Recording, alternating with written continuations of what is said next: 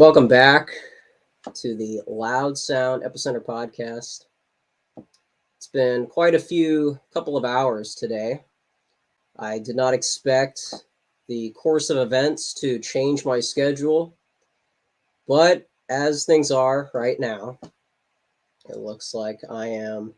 Well, first of all, for the sake of replay, gang, this needs to be a lot more into it. So maybe this can be the start of a trend. We'll see. But unfortunately, I am here, sadly, to report that as far as I can remember, longest Twitter account has been suspended.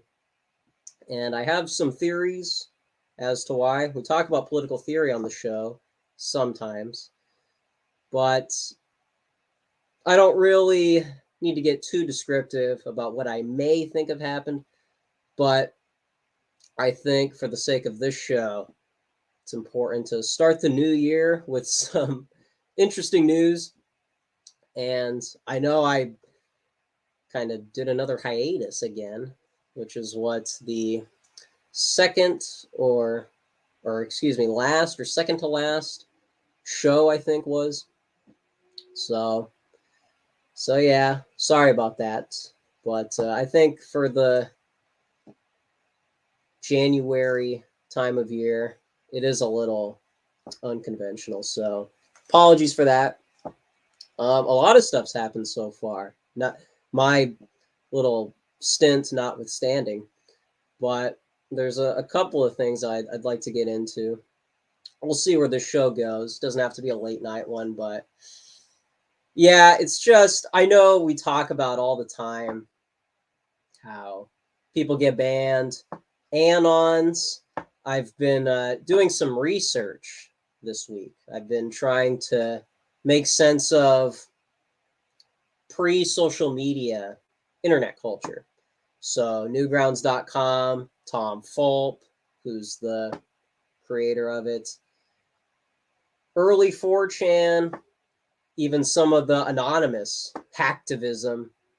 I'm just trying to see the lineage prior to Twitter, things I take for granted, Instagram. So that's where my mind was the day before, hours before the suspension. But so to get back on track, I know it's kind of cartoonish to lament yet another account caught as a casualty in the culture war, but as a friend of mine was saying in a Twitter space, well, first of all, it's a big deal because, as you know, probably multiple people could tell you, Twitter means quite a bit to me. So for me to lose an account is kind of a big deal. And I know all you need is somebody's phone number, make another Gmail. But this is something that I've been able to, generally speaking, been able to avoid for years. And for those that don't know, the show is Loud Sound Epicenter. It started as a blog, written form. And so I had a Twitter account to coincide with it. But the Twitter account got suspended, I think, due to copyright. There was another Twitter account called This Day in Metal, which may have been suspended for similar reasons, although I think he got into some arguments with some people, and that's also risky. So, but I just saw today that he has his Twitter account back. It says he got the account around 2012. So I don't know exactly what the rules are if you don't get suspended for certain things. Seems like you can come back. Obviously, Elon Musk is supposed to make this process a lot more easier. And a lot of people in the distant right have been talking about whether or not that's really been effective. It seems like he's only managed to get the protected class, the pundit class, the commentators, what do they call it? The grifters, the merchant right, people like Stefan Molyneux and all these like conservative Inc., populist Inc. type characters.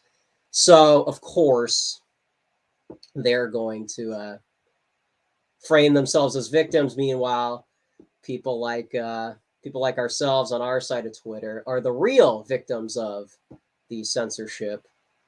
So I'm under no illusions that Elon Musk is that much of our guy, but there may be some potential with him at the helm. So we'll see where it goes. I filed an appeal, and I'm not sure if you're supposed to do multiple.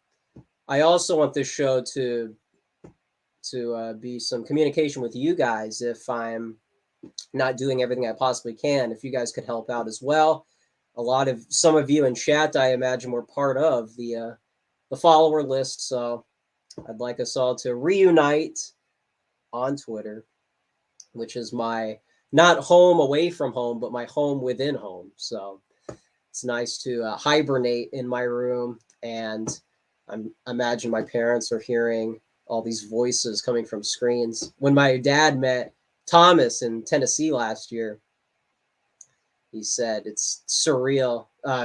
Roughly speaking, he said something like, it's really surreal hearing you in person because it seems like you're almost like talking to me in this room. So it's a big deal to be cut away from certain people.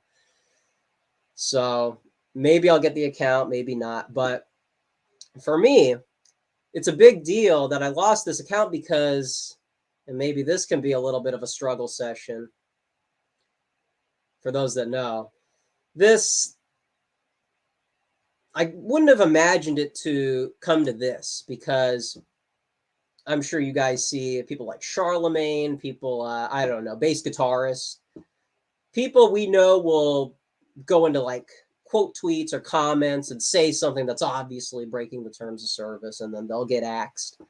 And that's almost like fair game. You know, some people are locked out for a few hours, maybe a few days. And honestly, I prefer that. I would prefer to know when the time is and what exactly I said that constituted a suspension. But in my circumstance, I couldn't find anything. So I speculate that, as I've said, you can usually find me at Aaron Ryder AC, probably in a Twitter space to my detriment.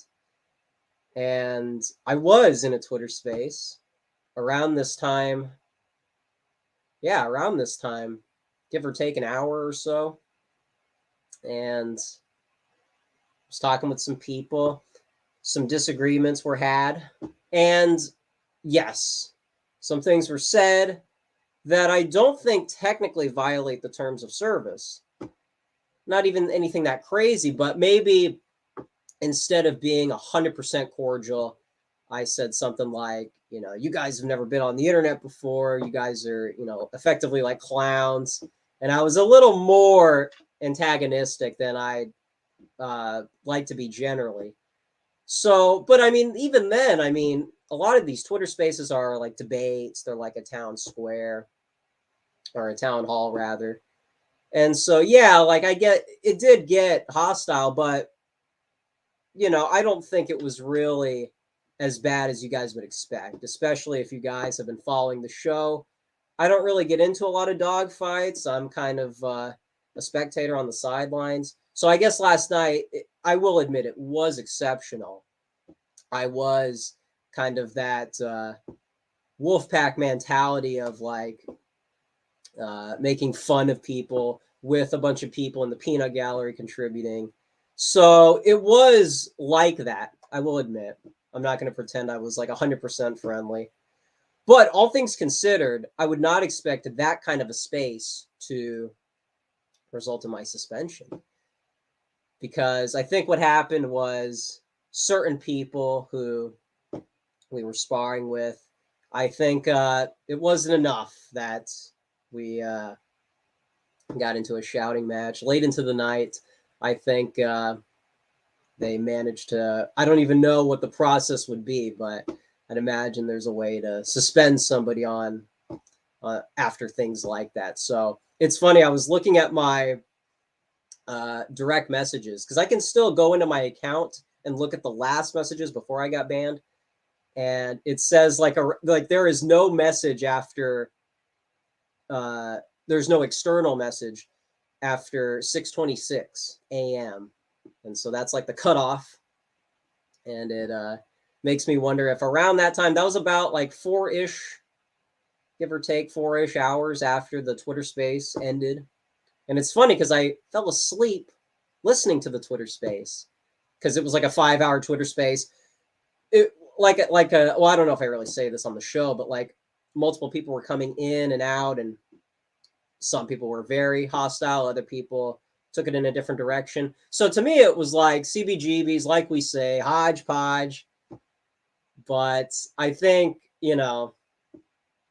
what's that JFK quote? Forgive your enemies, but remember their names. I think some of that was happening last night, possibly some hours afterwards too.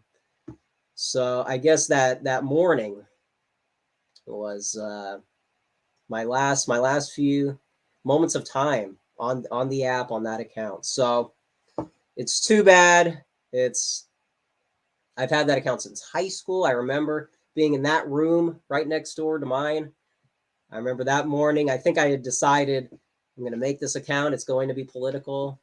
This is probably, gosh, the blog was like 2013, maybe a year after that, maybe 2014 was the inauguration of Aaron Ryder AC. It's weird because it used to be Elect and Eject, which is a reference to a Queensryche song. No, it's a Megadeth song. Excuse me. Queensryche was in my bio. The bio's a little cringe. This was, maybe you guys can look the other way because this was like pre-2017 culture war, meme culture, to bring it back to pre-social media internet. So I put like, I used to trust the media to tell me the truth, which is a quote from Revolution Calling by Queensryche. So giving you some lore about this account, it means a lot to me because it's like a history. I grew up with this account. This account was, my son, my prodigy. It's like the Thomas dynamic, except it's mine. It's my offspring. And yeah, I had what was it? So Elect and Eject. That's E, we elect them, E, we eject them. That's from Hook and Mouth, Megadeth. And that kind of does represent what the account became, because we like to talk about the pop culture angle of the dissident right, Jonathan Bowden's pulp fascism angle, the Hunter S. Thompson of the right, the Lester Bangs of the right, bring back Rolling Stone magazine during the 70s, Cream magazine, excuse me, The Village Voice, Melody Maker. So even back then, I think I knew I liked to write, or I wanted to be a blogger. So that was like the early era of Ace, I guess.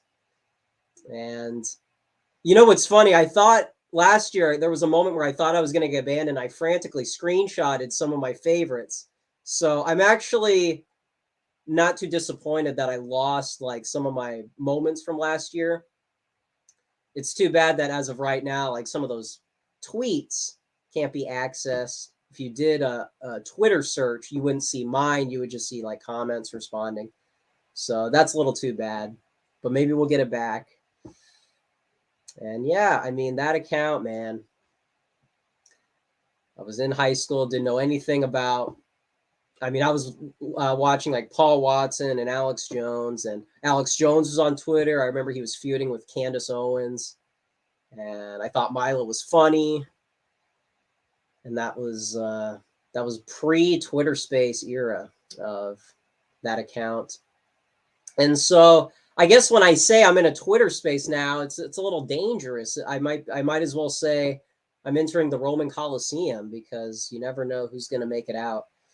So yeah, there was some word sparring, there was some disagreements, but it's also kind of a war zone. You got to be careful. So very unfortunate. If you want to, I mean, gosh, I mean, it's such a big part of the show. When I disappear from YouTube, that's where I go, and I feel like that is most of the show. That's where the research is, that's where the meeting people is, networking. That's where I see the takes. That's where it seems like a lot of the drama on that ends up on Academic Age and Unpopular Opinions, Cigar Stream. It seems like seems to start on Twitter, and the show is almost a reaction to it. It's like the Twitter is like preemptive to the actual content that we all keep track of. So it is, that's why it's significant. It's not just like another Groyper account that got suspended because they said a slur to some lefty in a comment section.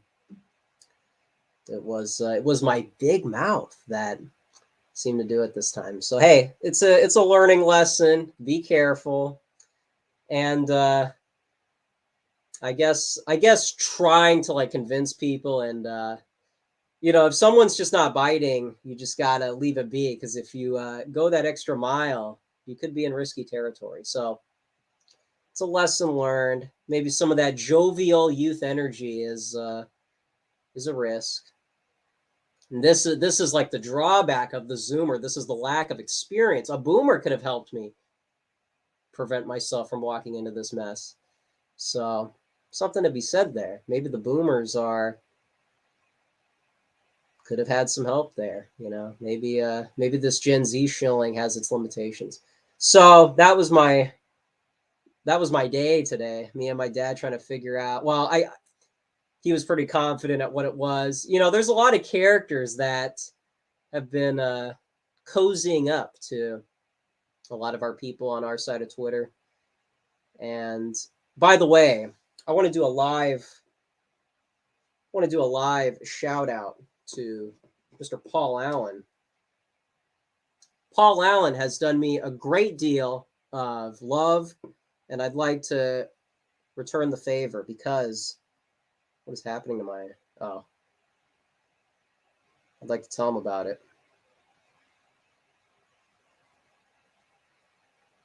Because it's almost like I'm more intimate with a lot of these other people that don't really come on the YouTube channel, aren't really part of like certain networks. So let me see here. Where is he? And then I want to share screens here too.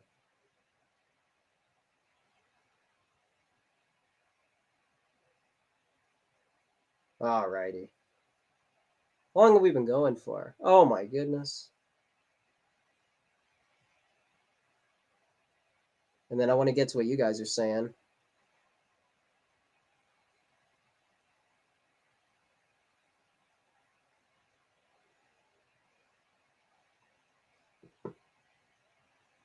But yeah,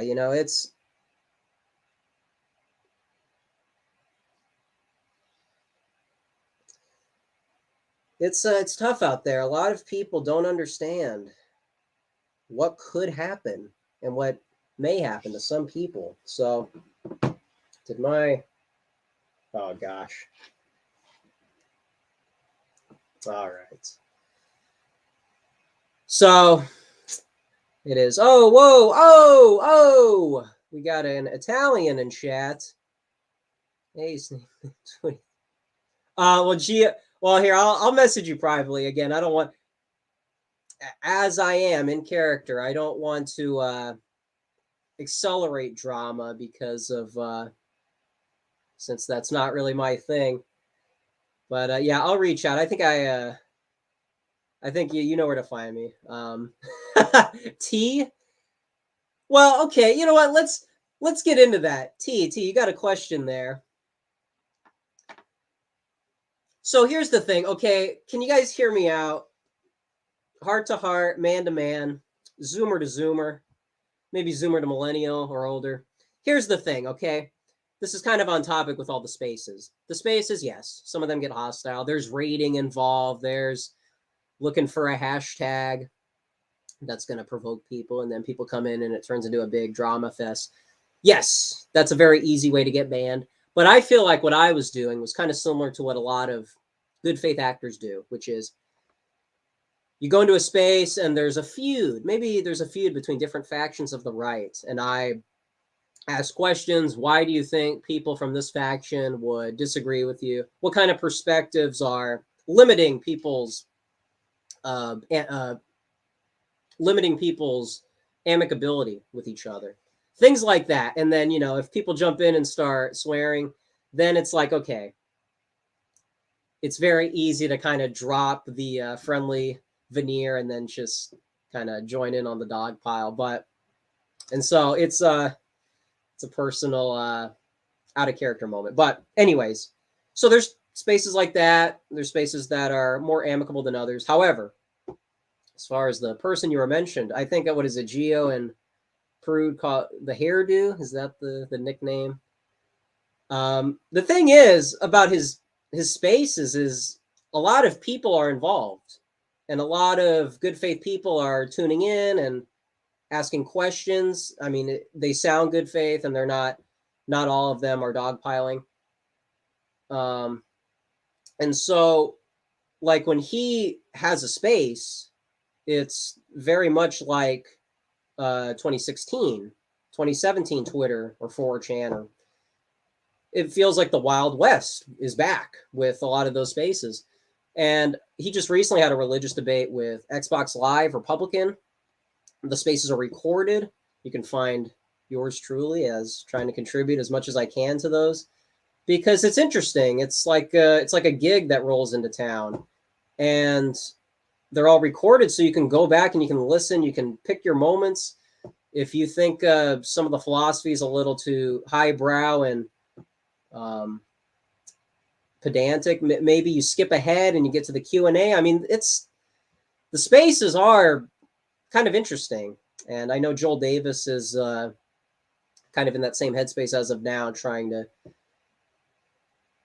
continue that momentum. So for what it's worth, obviously, very memeable, cartoonish, contrarian, and I don't even agree with a lot of what he says, but I guess he's like Bill Kazari. He, the man himself is probably has some baggage, but the venue itself is where you can see a lot of interesting people. So, yeah, I mean, Xbox Live Republican, he's in there talking about Kant, talking about theology, and it reminds me of that Tyler Hamilton debate that Keith Woods hosted, or moderated rather. So I don't know. It's worse things could be happening from somebody with so much baggage. You know what I mean? So I don't know if that's a defense. I don't know if that's, but as far as the Twitter scene, he does seem to have a pretty interesting grip. So,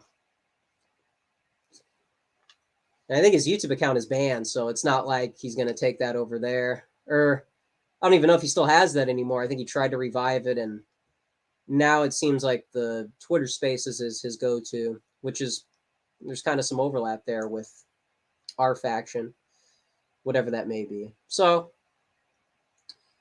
Tricky Dick, interesting. So it's a new bar scene. Thank you. George Puente, thank you. You got to tell it. Yes, of course, Gio. Yeah. Here, can I do that over here? Boomer moment.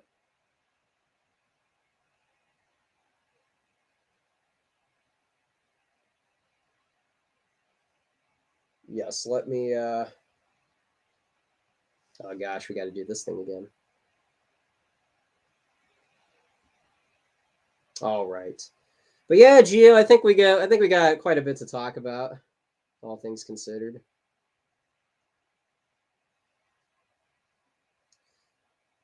Also, while I got you guys here in my tight grip, you can look forward to another collaboration with Rock and Metal Life, who is still on Twitter. And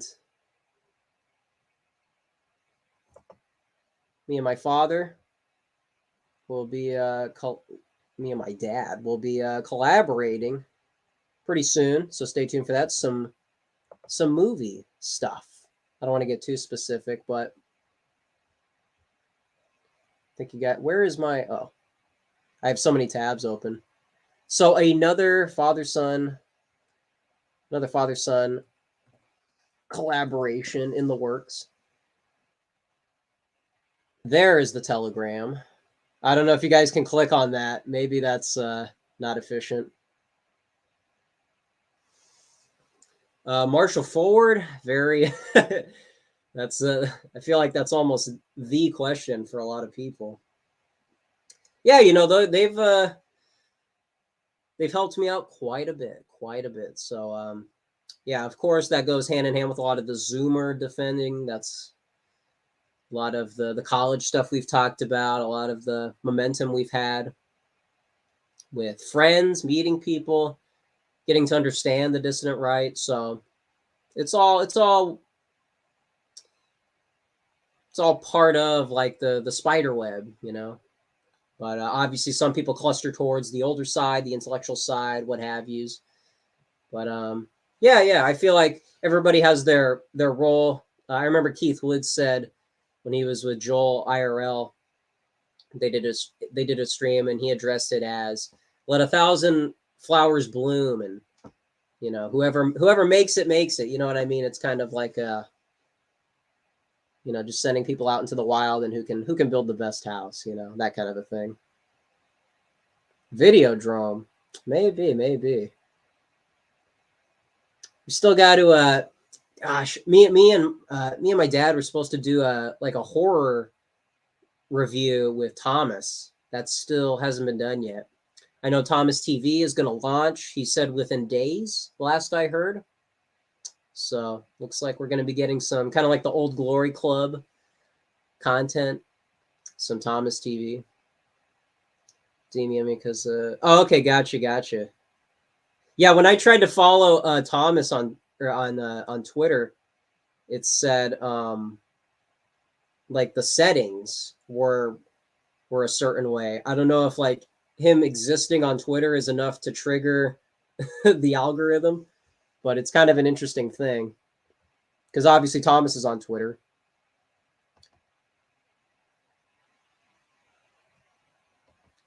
Oh, there you go. Yeah, Steel Storm 2. Steel Storm 2 is available. It's another thing that happened this year. Sorry. Oh, Matt Forney's in chat. What the heck? Well, that's good to see this. Matt's pretty cool.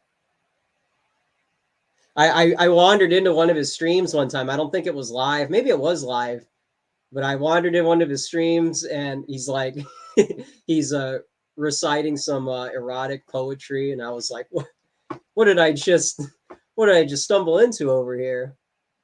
Gee whiz, golly. So that was pretty funny. Let me guess, it was a space with certain. Well, it's funny, Gio, because not everyone got banned, just me, which is a little more suspicious. Twitter has not responded. Oh goodness. Oh, Matt. Okay, well, thank you, Matt. Thank you. That's at least more information. Will we ever write a book, Ace? That's what my dad wants me to do. Yeah, I did have a thesis for a book. I don't know if I don't know who would pick that up. Imperium Press. I don't know. I'm not trying to like reinvent the wheel, but I do think there is a void to be filled with. Not to continue the erotic puns there, but I think there's kind of a lacking of, like I was saying, some of that pre-social media internet culture documentation. And I think a lot of like flash animation type stuff, a lot of certain culture wars before 2010. It's kind of in the same vein as Josh Neal's book. For some reason, Josh Neal's American Extremist, that's something that made an impact on me. I have the book. I haven't finished reading it, but I want to get back into it because I think it's not inspiring to do anything extreme. I mean, like, it's inspiring in the sense that it's a right-wing book that's very academic and also references things that aren't exclusively like bookworm stuff. I remember he even cited like Richard, I think, as a citation. It's somewhere in there, towards the beginning, I think. But yeah, just the fact. I mean, I'm not totally into the psychoanalysis side of things, but the more I try to figure out some of my, like making sense of 80s and 70s culture, I feel like the role that is best equipped for that. I think Geo talks about like the anthropology side of analysis where you look at things from that lens. Because if you look at things as strictly political, that's how you get a partisan book. That's how you get the pop politics. Dinesh D'Souza, Ann Coulter. Might be somewhere up there. Anyways. But yeah, that kind of partisan writing is not very there's no shortage of that stuff. The stuff that I'm interested in is the stuff that Thompson and Bangs, those guys wrote about, Tom Wolfe, and they kind of have some areas that I don't think they tapped into because they seemed not very useful or relevant to the political dynamic or the cultural dynamic. They see it as a marginal thing. So I would like to talk about the culture wars of the 70s, the riots that took place in the UK, things that got like Aaron Clapton talking on a stage and saying we need to keep Britain white and supporting Enoch Powell. Things like that that's where the political and the music, come together. And it's, to me, like there's so much content there that there's enough for a book. And you don't have to strictly stay in the 20th century. Maybe that would, I've also thought about just writing like a Zoomer testimony, since that's also another market that hasn't really been tapped into. And, it's, so, I mean, you could combine those two ideas and make a book. So yeah, not to, I want to do it because I'm really interested in getting to know this stuff better. And because I think there's a need for it. I think if you have too many older people writing books, you don't really address the generation that is supposed to inherit all of that rally cry, boomer truth. You got to have something for the young people. And if you're just writing the populist delusion, not taking any swings here, just saying, if you just write about elite theory, you're only filling that one void rather than the full package. So that's just what I'm saying. It's there's a possibility there, but something to I don't know. Like I've got like little things written up. That's something I've been working on this year. I guess I've been working on a book the start of this new year. Kind of interesting. I know Prude is also doing a similar project, so God bless him.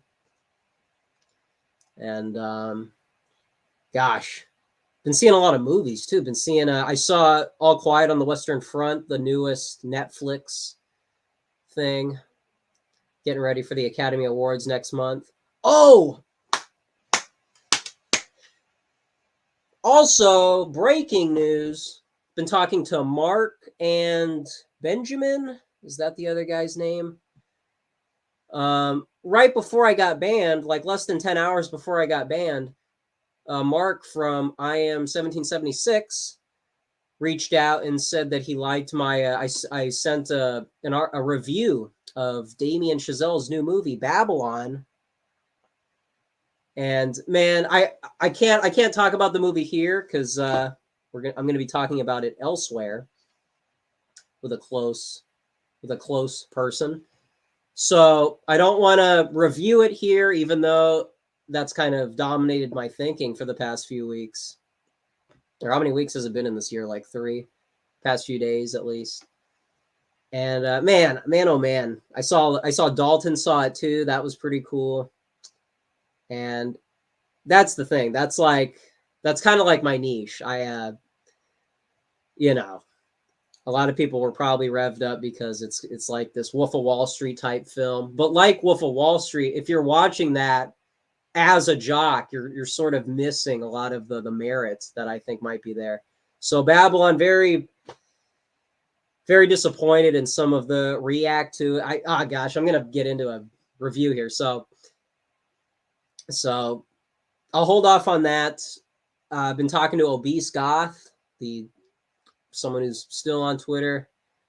And it's just, I feel like I'm like in the dark for a lot of my favorite people on Twitter. So I got a little FOMO right now for the online space. But yeah, Obese Goth held a Twitter space, and it had Future Moldovan Citizen, Nightmare Vision, and it was a nice pre-Oscar space. He went over all the movies he liked. I won't talk about Babylon, but there was some controversy with All Quiet on the Western Front. Maybe it's not totally accurate. And I was curious what you guys thought of that. We can kind of segue into that since that's another thing this year that was kind of pivotal.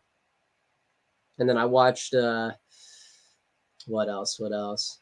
I think I'm going to get into Greta Garbo a little bit more intimately. Not that kind of intimately, but, well, maybe that too. But I watched Grand Hotel, which I think might be the 5th Academy Award winning film, like in Hollywood history. So just been watching a lot of stuff. I feel like Gio and Prude watching all those bizarre, like, what would you even call them, like incel movies. I feel like I've been doing this for like as a work project. But yeah, All Quiet on the West Front. I haven't even read the book, so, or maybe we did in school.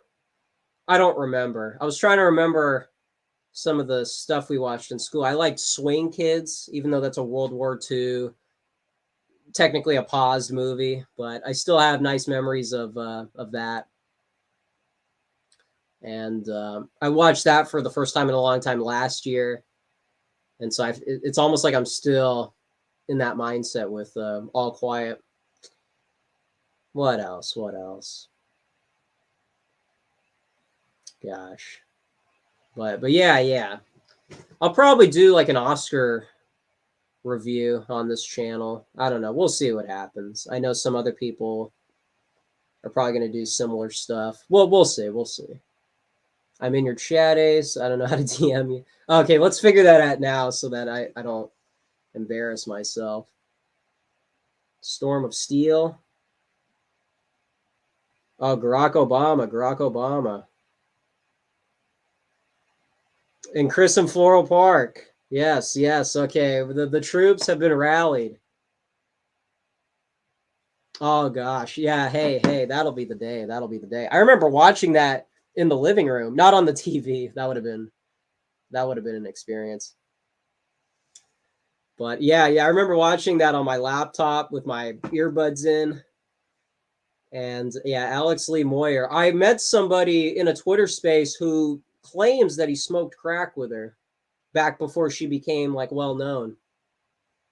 I think that was before she did that might have been around the time she did a movie with Dasha from Red Scare. He was saying some intimate details. I don't know if this is true, but just what does De Niro say? And gosh, what movie even is that? I hear things.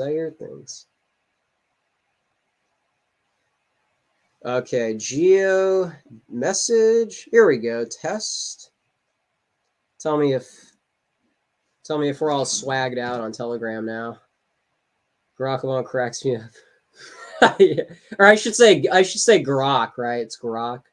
Or Garrick. Garrick, I think is how you're supposed to pronounce it. I'm not a Trekkie, so I'm not that big of a Red Letter Media fan, I guess. So yeah, pretty interesting. Alex Lee is a buddy of mine. Really? Whoa, what the? Thank you, Green Glassful, for the $2. Much appreciated. You're the man. Green Glassful. Dasha's lame. Now, I want you guys to hear me out, okay? Now, I think I'm pretty, for the most part, I'm pretty friendly. And, look, this is not a defense of like everything she's done, but if this is like the new class of controlled opposition, if this is the new iteration of the Buckley right, the fake libertarians, the subverters, I don't know. This is kind of an upgrade with the Red Scare, Peter Thiel types. I do. The psyop is hitting kind of hard with some of these recent characters that go into spaces. I don't know, that maybe that's once again the lack of experience, the lack of separating the wheat from the chaff. I don't think it's might be the end of the world that we have people like that migrating across the right. There might be a utility to I don't know. Who knows? Who knows? Maybe they're not that bad.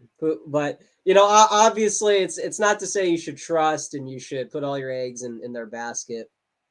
Not a pun, but it's funny. Okay, it's funny. You review Mulholland Drive. You review some stuff that I'm interested in. Okay, well, I don't think it's the end of the world. So take that for what you will. I'm an anti. Yeah. Well, I don't know, man. Gio, hold on, man. Us Catholics got to stick together, okay? I don't know how authentic the Dasha conversion is, but we got to listen. Those are our people, okay? We got a little. This is you, me, Pariah the doll. This is you, me, and the. Hey, listen. Again, there's, it's I don't know. I'm just saying, before this, we had like I can't even say it on Twitter. I can't or on YouTube rather. The muscle memory hasn't withered away yet. You can't. I mean, we know who controls the right, and if the right is gonna have these more like bombastic, if they're gonna have these more overlapping viewed people, then it's it's not Paul Wolfowitz, it's not Henry Kissinger types. Instead it's like these not completely old culture warriors that had their comeuppance in the 2010s. These people are a lot closer to me than these people that went to Yale, than these people that, as Hannity said, these people that seemingly grow in a petri dish at the Heritage Foundation or Cato Institute.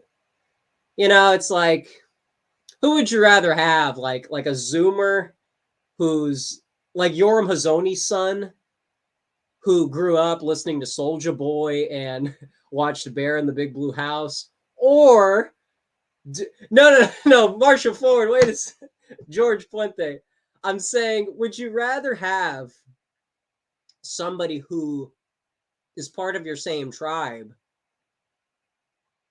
that's like what he's getting paid more to say talking points for Fox News, or would you rather have a guy who's like completely foreign, hostile, doesn't even share the same like cultural background, the same profile as someone like you? You know what I mean? Yeah, Crystal. I should have said Crystal, not Henry Kissinger, because that's he's not really like typical neocon, but you know what I mean. But yeah, I'm just saying. It's funny because the funny thing is not getting paid and also saying that. That's the crux, okay? To what the Norm, everybody doing the Norm Rockwell painting, to say this with no funding behind you, that's revolutionary. That is being a dissident, okay? Dang. yeah, there you go. Yes, who funds Loud Sound Epicenter? It's Green Glassful, guilty as charged. My donors are not getting the hints. They're having a little too much fun, but like me on Twitter. Getting a hot dog. my reward for running cover for Anna Kay is a meal that like normal people need every day. That's the reward, is just like a standard diet. That's how they get you. When you're 107 pounds, they let you do it. That's That David Lee Roth track is hot dog and shit. See, that's the first thing that came to my mind. I might even have that. Gosh. Oh, maybe not. Maybe not. That was the first thing that came to my mind too. There's that one lyric in the DLR band where he says, "The first time I was under a spotlight was from a helicopter." Something along those lines. And it's like, listen, he still has some charm there. He still had it even in the 90s when he looked like a pro wrestler. So when I get rich, I will pay you $1,000 about yo. Now we're talking. Now, hey, this grifter thing looking pretty cool, I got to admit. Yeah, I lost my Twitter account, so I'm starting a Patreon. I'm starting a Hatreon. I'm getting a, what's that guy, Colin? Who's the guy that printed the 3D gun? I forget the guy's name. Help me out, chat. The guy who's like what is he, an ANCAP or a libertarian? He gave like a talk. Possibly, another controlled opposition guy.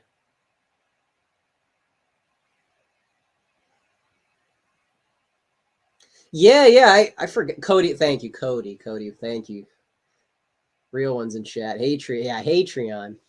I didn't realize he was the same guy that did Hatreon too. That's what's all these things come together. While I got you guys here, hold on. I want to, because I want to. Gosh, what can I say? Well, okay. Well, first of all,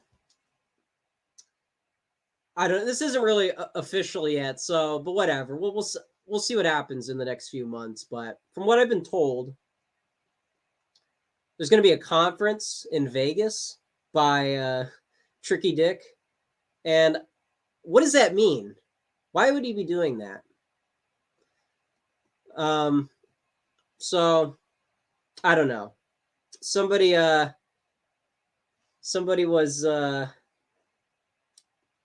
we were talking about it, and I don't know. I don't understand what the end game with something like that is. A conference. So I don't know. I'd be curious. Like, what's the theme? Is this a one-man show? Is this a group? Because I know he had the the McSpencer group.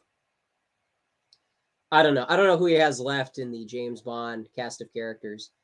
So that's one thing. That's one thing. I don't know when that's happening, but if anybody knows anything, because this corner, this channel, I don't feel like I'm really blowing the whistle. This is just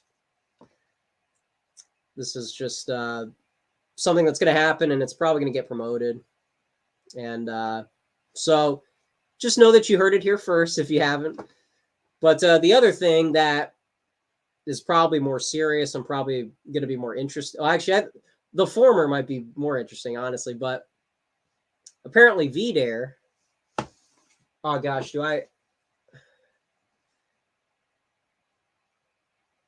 this might be the new location for hosting certain events. So now a lot of this is just talk. A lot of this is just I don't know where it's going to go. So for all you guys on the East Coast, for me, it's going to be probably a burden, but we'll see what happens. If it's cool people, then maybe you guys are going to hear about certain things.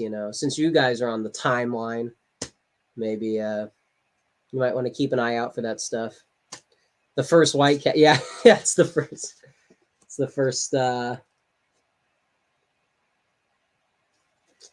Yeah. So, is there a? Oh gosh, the other thing I wanted to talk about. I've been checking out more of Countercurrents, and I don't know, man. It's pretty fun. I kind of wrote them off, kind of like what's that other one? Occidental Observer or Dissent. I kind of wrote off a lot of those ones because it was kind of not really like my type of people, personality wise.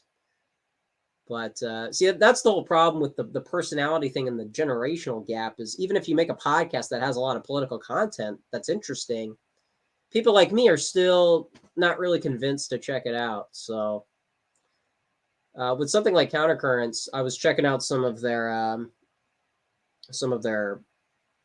archive stuff, and I don't know, that's just another thing in the recent weeks, months.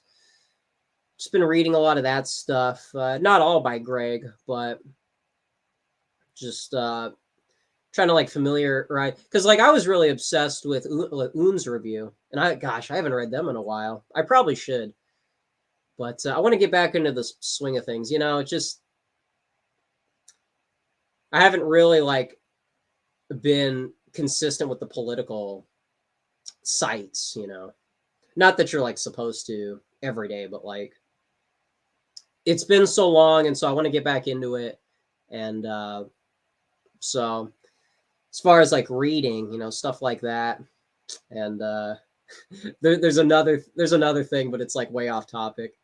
We'll probably get to that as we're wrapping up, but yeah, I was curious what the Greg Johnson verdict is in this chat. Little litmus test here. I don't want to look up the lore because it's gonna ruin everything I've read. It's gonna ruin. So yeah, there's just there's just certain people who you try to keep at arm's length, and that was somebody who I was like, whatever. I could probably skip over this, but you have too much Aztec. yeah. Tell me about it. Tell me about it, Gio. Yeah. Oh gosh, Goad, yeah. Goad seems to be like one of the main contributors over there. I see his stuff on there more than once. Peter Brimelow. That's funny. I went up to Brimelow. Oh gosh, that's almost a year ago. Gosh. And I asked for a photo, and he said, gosh, he is so British. The way he like said it was so like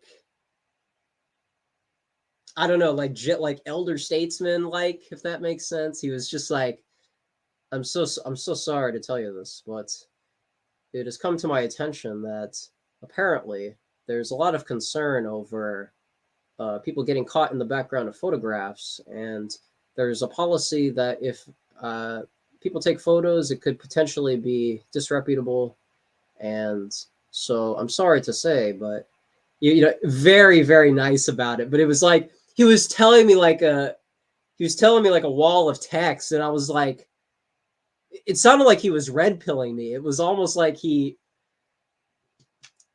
was taking me on a journey just to tell me no, and but I anyways, so that's thank you, Marshall Forward, for reminding me some content that's almost a year old now. My goodness. Yeah. The other thing about Greg is, gosh, he's got so much YouTube content that's still up, and he basically has like a philosophy class, like lecture material episodes. What's cringe about Greg is he doesn't like The Irishman. I don't mean the people. I mean he doesn't like the Martin Scorsese movie. And this is a guy who's like pretty high IQ based on his takes. Well, not on the Ukraine one, but this is a guy who like kind of like Richard, like gives people the time of day in like a amicable way. And the way that he was trying to engage with this Irishman review was so like midwit. It's so beneath him to say. I mean, he was talking about how much he loved The Aviator. Okay, me and Greg should do like a movie review thing, because this operation he had going with whoever that co-host was, it's just this older perspective is not strong enough to grapple with latter day Scorsese.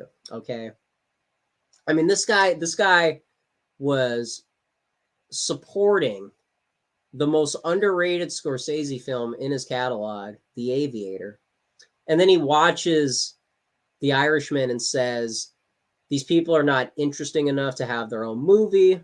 If you want to make the Jimmy Hoffa movie, we already did that with the Danny DeVito one, and that one was structured in a way that's more compelling. The way that Baz Luhrmann knows how to structure an Elvis movie and John Carpenter didn't in the late 70s."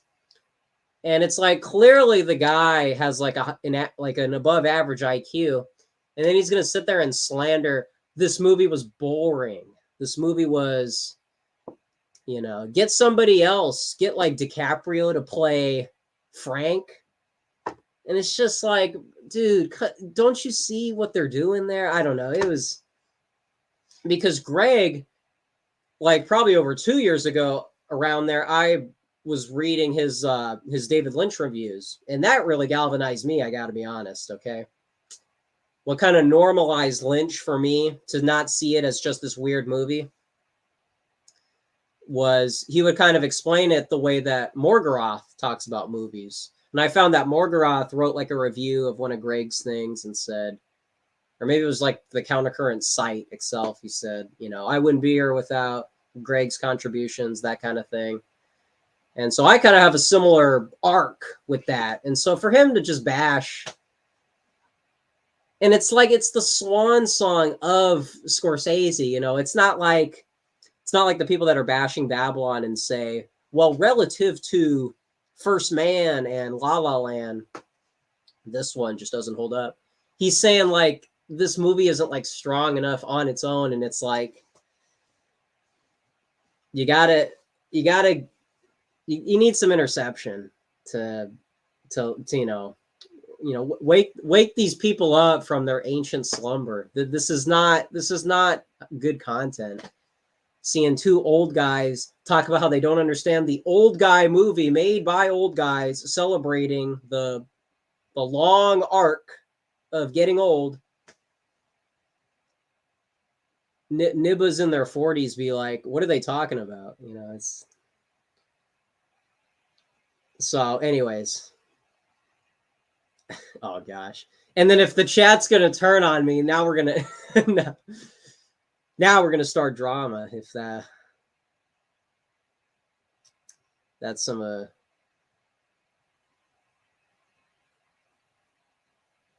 gosh.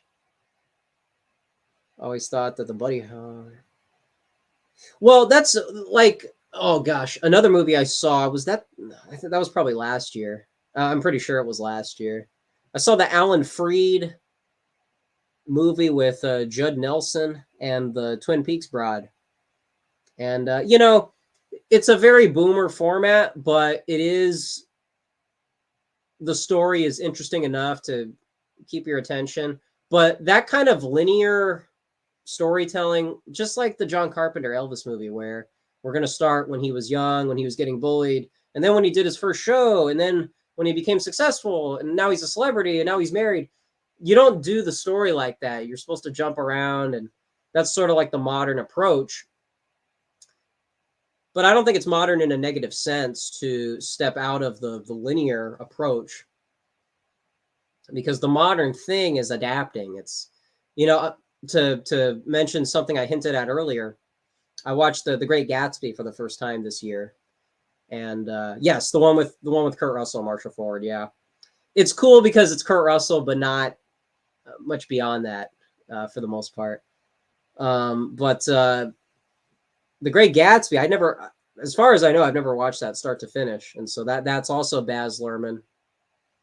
And that movie, it has that, obviously the Elvis style because it's the same director, but that's a movie that doesn't start. It's not start to finish, a rise and a descend. It's being artistic with the material rather than making it a biography, because that's like, it seems like what people are trying to do with a lot of these. The people said the Elvis movie was like a superhero movie. It was like Marvel. It's kind of in character.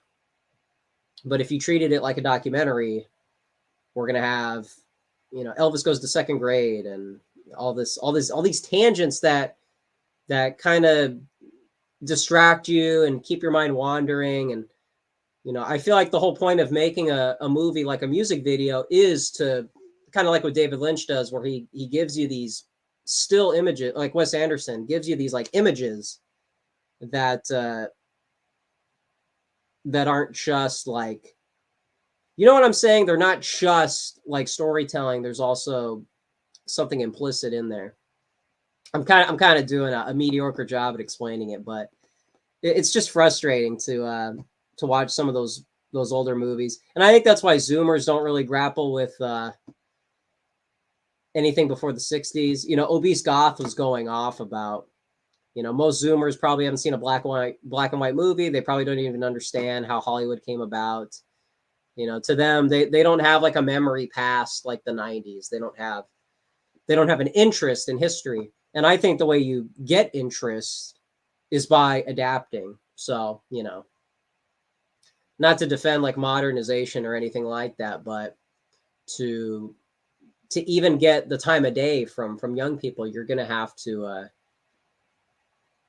stop being less old, or stop being so old. But anyway, that wasn't totally coherent, but maybe you guys know what I'm saying. What Twitter? Did I see Tar? No, I kind of wanted to. Where can I even see it? I can always do my 1, 2, 3, 4, 1, 2, 3 movies. Danielle, glad to see you here. I actually don't know for sure exactly what I did. I was in a Twitter space. It got hostile, and it kind of ended on a positive note. I was, because this Pakistani woman joined in at the end, and she knows all the backstory of like British right wing people, Tommy Robinson, and people like that, Rebel News Media. Like someone was mentioning BNP earlier, and so like when she got into the space, it kind of took things in a lot more. Whoops. It took things in a lot more like friendlier way, because some of the guys were going after me and saying some disreputable things about me. And I just think, when you're in spaces like that, you got to be careful, because people are, they're not just going to let you walk away after a argument. They're going to want to try and go over your account. So, it's a learning lesson. That was like the one moment where I wasn't 100% friendly, and look what happened. Okay. Is that a lesson or what? You just gotta stay in character. You gotta always act like you're on stage, like somebody's watching you, because, well, someone is always watching you. That is true. But you just gotta,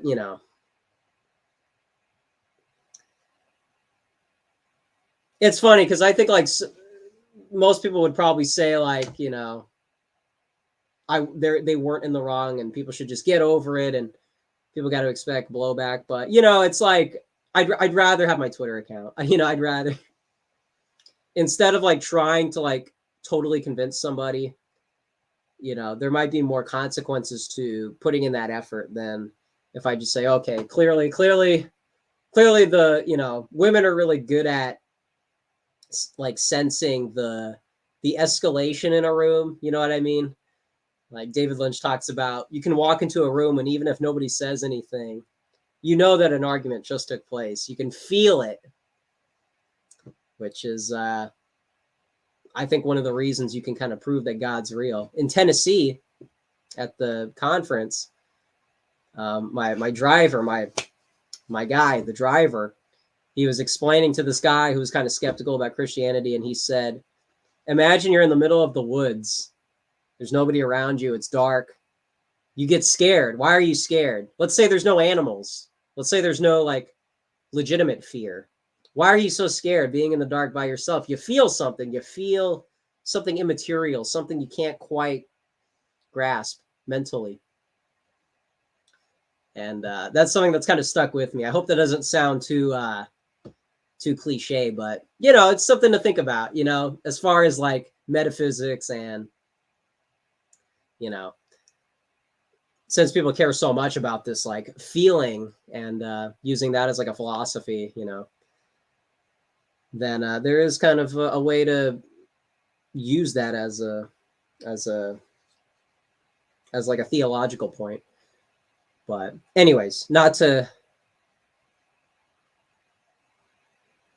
yo, we're talking about consumers bring back. Well, yeah, I think Jack is onto something there. Out of the Past is one of the best movies ever made. What Robert Mitchum. My dad was talking about how Robert Mitchum got unjustly sidelined by you know, his reputation. I don't know the lore. I'm not sure about that, but something to think about. I was talking about Garbo earlier. What is it? OAA. I know who you are. I know who you are. OAA. But yeah, I was watching Grand Hotel, which I've been meaning to do, and to talk about like the boomer approach to movies.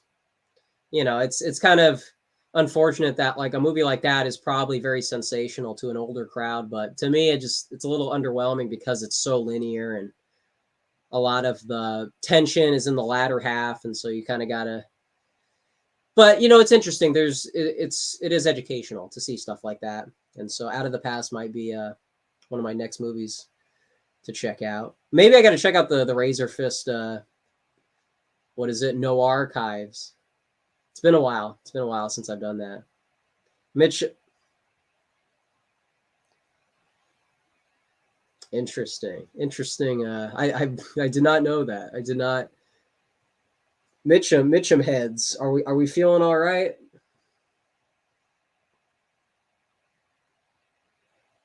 Yeah. You can call in OAA if you got some time. I'm just rambling here.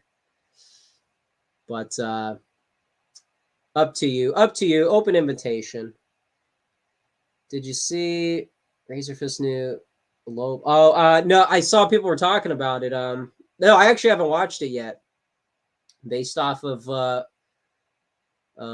Obama's tweets, I seem to grasp some of his takes. It was a pretty nice description of Razor Fist as a whole. Speaking of, do I have the?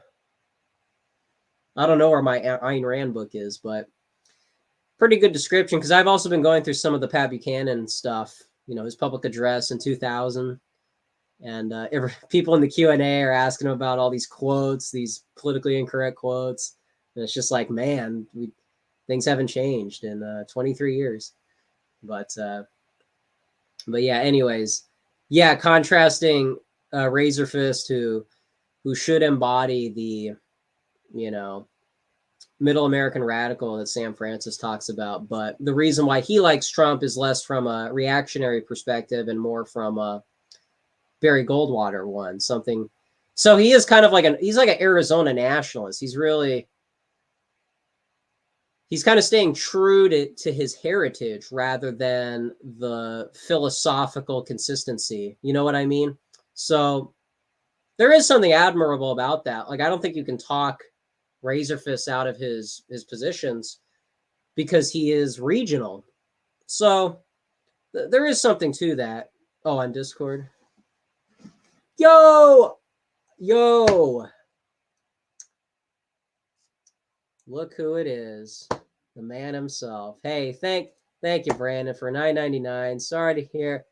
Yeah, I know, man. That's your message. Your message really did do something for me because it's nice to know, you know, that this is a big deal. Okay, this is pivotal. You know, this is my Twitter account we're talking about. So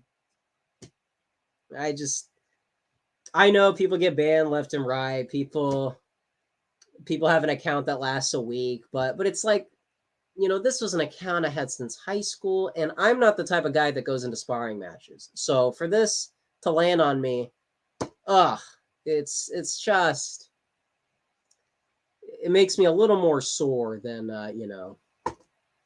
than 123 Groiper calls somebody an idiot box, and then he's suspended for, some guy makes an edit that wasn't really funny the first time and then gets suspended. Yo, Jorge Puente.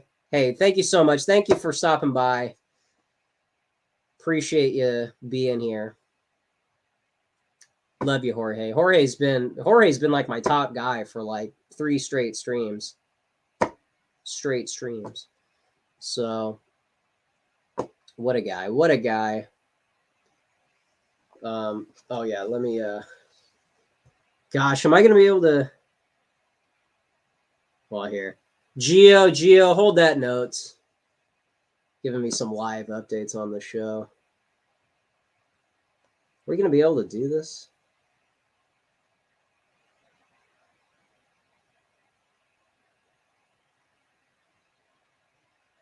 Okay.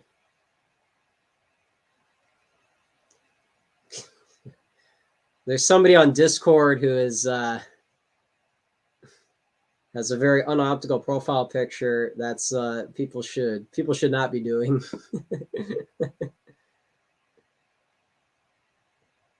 Shoot me a link. How do I? Oh gosh, how am I gonna do this? OAA, could I send you the link over another? Gosh, how am I gonna do this?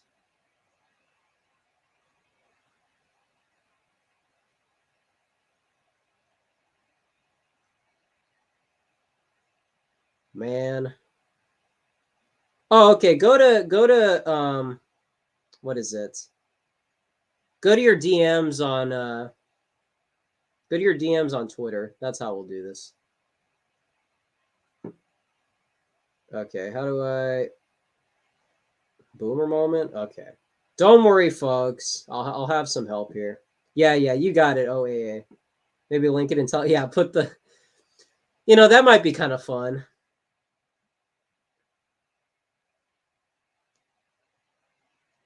Gosh, how do? Okay, yeah. Well, am I gonna be able to do that?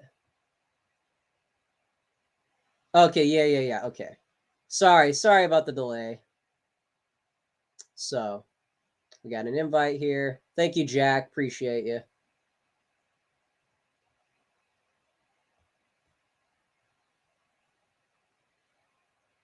And thank you everyone for stopping by for the night. Going through a hard time here.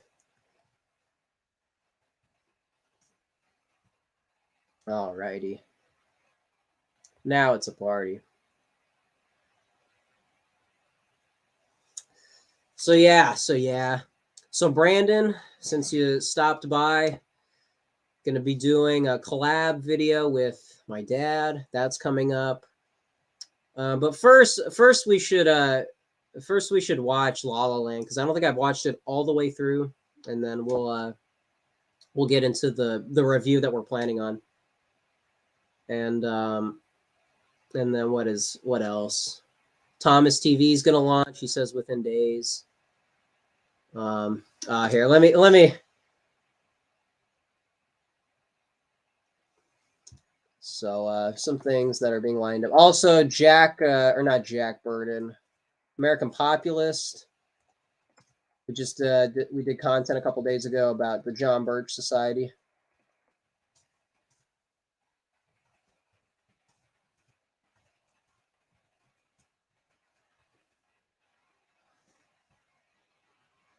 So some things to look forward to if anyone's interested.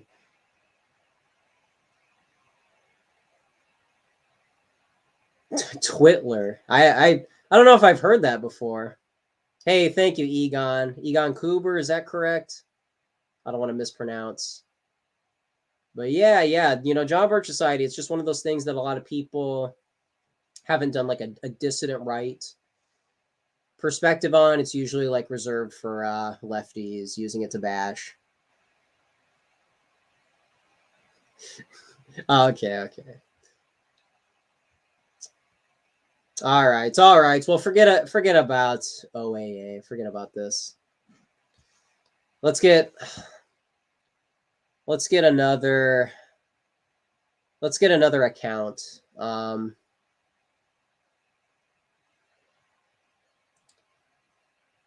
Let's get Garrick. Let's get Garrick Obama. I guess this will be like the support. This will be the support stream to ease me into the year. You know, it's kind of a rough year so far. I mean, the year that I lost my account, it's like getting evicted out of your house, you know. It's like this is part of me. So, all right. Now let's get Garrick Obama. Now it's a party. Hey, It's over, but simultaneously, we're back. that's correct, man. Well, thank you for stopping by, man. Yeah, I had to help a brother out. Yeah, you gosh, I have you gone through this before? Not on this account, but yeah, previous ones, a couple like years ago, sort of. Man. You No, know, some. It's weird. It's really weird because I don't know exactly what the trigger is. So Did they send you a message, or did they show you which tweet, what the offending post was, or? I got, what did I get? Because like my email, is that where I would see it? I got a 7-day for calling for total N-word death in Haiti. That was after the Musk takeover, so I was always a little skeptical of the Mad Burr, but because I don't couldn't know, man. find a tweet. That's why I speculate it was the Twitter space. Yeah. I have no. I don't do many spaces, as you all know. And I think spaces might be probably easier to get somebody because it's so ambiguous and you don't know exactly which word you said. They're not. I don't think they would send you like the dialogue part with what you said. They'll just suspend you. Whereas with a tweet, they'll show you it and say how much time you have. So I know Charlemagne had an incident like that, going after an e-girl, if you can imagine. And classic. Yeah. So I feel like a tweet would be harder to get banned for, maybe. Are they trying to clean up the spaces? Because I know there was a lot of unregulated content back in the day, the sort of Big Spence or your fraternizing between the Nignats. I don't know. Yeah, I don't know because I haven't seen other people who I think are more aggressive. I haven't really seen them get banned. You know, I think people I know recently who have gotten axed, it was for tweets. But as far as like spaces, I don't know. I remember there was a famous one probably a year or so ago where like it seemed like everybody in there got banned. I think it was a Nick space. Usually, yeah, that's usually the case. But I don't know. I mean, I've been into a few of those types of spaces, and I was always worried the next day I'd wake up, but it never happened for one of those, which I would assume are easier to get banned for because they're so high profile. But I think if you're sparring with somebody and they're bad faith, then I think you should be open to the fact that they're probably going to try and So can't think of who. I really didn't. I mean, it doesn't matter. I'm not trying to. Can you appeal it at all, or? Yes. I sent an appeal. Yeah, I've been sent to Gab Ghetto. Yeah, it doesn't feel good. I could never use Gab. I just, I never really tried to. I just I lurked. I think maybe one time. I guess Thomas is on Gab, but that's a bit of a hassle to go through the website. Does he post separate things on there, or is it just the same links? I don't think so. I think it's just reposting the links. It was always Telegram and Substack chat now. Yeah. Gosh, but, yeah. It's a whole different can of worms. I do feel like it's a little. I don't know. I guess Thomas is still on Twitter, so he is still doing that. But yeah, I feel like the Telegram purge was, to me, that was like a big hit. So. Because we lost a lot of back catalog content too. That's what I regret. There was a lot of old Thomas. Yeah. No, that's I would from the hip. I remember name searching. I was just trying to find I was trying to go back as far as I could, and I saw like all kinds of stuff. It's mostly Mosley posting. The stuff I that like the meme that Paul Fahrenheit put up. It was like, man makes the most right-wing post in Telegram history, gets banned. no, it's rough out there. Uh, But yeah, no, it's I don't know it is kind of strange because you have people like Anglin who are on Twitter, but then so yeah, it's it's like such a double standard. I mean, EMJ comes back, Anglin, Mark Collett now. I saw Joel Davis celebrating that. A lot of pretty hardline guys, but so man, I guess because like Matt Forney was in here earlier, he was talking about how it's been like a month and he still hasn't heard back. So I don't know if it just takes time. They made it sound like they always email you back, whether it's a yes or a no. They're gonna try and get back to you.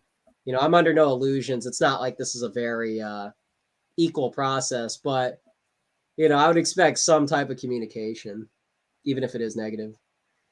But Second City has been putting out some Substack from Second City. they're good. They're good. I like the bureaucrat. Some of it's a bit sort of, a bit wordy, but Okay. there's some funny posts. Sort of if you enjoy the play with irony and you can handle a little bit of the jargon. Of course, you have to pay for it, but it's a small cost. What about also another thing that's been taking up not a lot of my time, but I've been trying to catch up is the Chuck Johnson content. I haven't talked about this on the channel. Oh, he's been getting pretty hard. Yeah, I'm not entirely familiar with his backstory, but some of the Substacks he's throwing up are good. No, yeah. I mean, as far I'd as love to cross check it with Wendell or someone. That would be valuable, I think. yeah, well, that's the thing is, people think it's sauce because he's kind of one of these strange characters who kind of missed the wreckage out of the alt-right. So for him and like Syrian Girl to be some of these people that are still around, Oh yeah, it makes people curious. But she clicked up with the MAGA communist guys now, or am I confused? Is that true, or am I confusing her with someone else? I just know she's going pretty hard on the Andrew Tate stuff, but I don't know if she's doing that on her own or if that's. But they all like Tate, so that could be. Yeah, she's pretty hardline on that, and but yeah, the Chuck Johnson. I mean, I remember Gavin McInnes talking about him in that the alt-light and right distinction, and I don't know, that just always stuck out in my mind as somebody who's I don't know, researcher and all this stuff that I wasn't privy to. But yeah, just seeing his Twitter account, that really was a resource for getting caught up on some of the who's funding who and some of the controlled opposition. Oh yeah, I mean that's what's really important. I think not focusing on these sort of nebulous conspiracies, but actually getting pen to paper and mapping out the influence networks. I think Wendell's very good at that, despite some back and forths. Yeah, no, that's true, and that's like I see somebody in chat here. Are Keith and Joel responding to each other back and forth on Telegram? I haven't checked. I think at beefing, I always thought they were good friends. I think they are, but they're probably like fighting right now. And it's like a sibling rivalry. Hate to see it. My extended brothers, just my pretend family on the internet. I don't like to see them fight. It's very unfortunate. Jack, what's your contention with EMJ? I'm just curious to hear, just to see if we can sift through some of the stuff. And Green Glassful, your take on Syrian Girl? Anything specific? Because I'm surprised her YouTube channel is still up, considering the content. It's not very subtle. Oh, they hate AA. That is true. They do go at AA a lot. The AA, sorry, not this. Academic agent was. I shouldn't laugh at that, but no, it's I'm sort of warming up to the Pakistanis after that Twitter space. This do you know that Peter Hitchens account, the one he's been? I think I follow him, but I didn't see much. She's pretty cool. She's I don't do many spaces. That's my one regret. I should try and get on more. Yeah, well, maybe that's probably my problem at the moment. Is oh yeah, we'll swap. So it's AF versus American Virtue. Oh, that's something we should pick apart. What do you think of that? Well, I think AV isn't really like doing much activism recently, as far as I know. But they're kind of playing. They didn't do much at all, actually. Yeah, they're kind of doing the long game. Like I think they're more of like a networking like base, kind of like Cato and Heritage. Like I don't think they'll be hosting things like they were. They're just gonna like that's like their recruit center, if that makes sense. I think that's probably their role as of right now, as it looks, because I just think they're trying to two different strategies. Yeah. Like man, what you said about the and then that Doyle stream happened. That's another thing that happened. Yeah, that's what I was kind of leaning towards mentioning because I always assumed they were good friends, but yeah. No, maybe no longer. Yeah, no, there was clearly some resentment, and there was, the fan bases were always kind of at odds. There was always this like push and pull, like the antibodies are fighting for hegemony. There's that dynamic at play. But your thread, I want to post that. Oh gosh, well I guess I can post it. Breaking down the strategies from those two camps, I feel like that's so underreported because I think a lot of people chalk it up to, oh, it's the personalities. That's the big. Well, it's almost inseparable because I think the personality affects the strategy. I mean, Yeah. I don't watch America First that much. Like I maybe 10 episodes in total I've seen in my life, but most recently I've started to tune in, and I think Fuentes made some interesting points about radically moving the Overton window compared to like nudging it along. This idea of radicalism, which Joel Davis talks about in his Telegram. So I think with that frame of mind, it's easy to understand how his artistic personality informs, and Kanye's artistic personality inform their strategies compared to Doyle, who is a very social networker. Yeah. No. He is very much at home in that nuance, bro. Lisa from Libs of TikTok. All these people in spaces. That's really his niche rather than whose niche. Whose niche?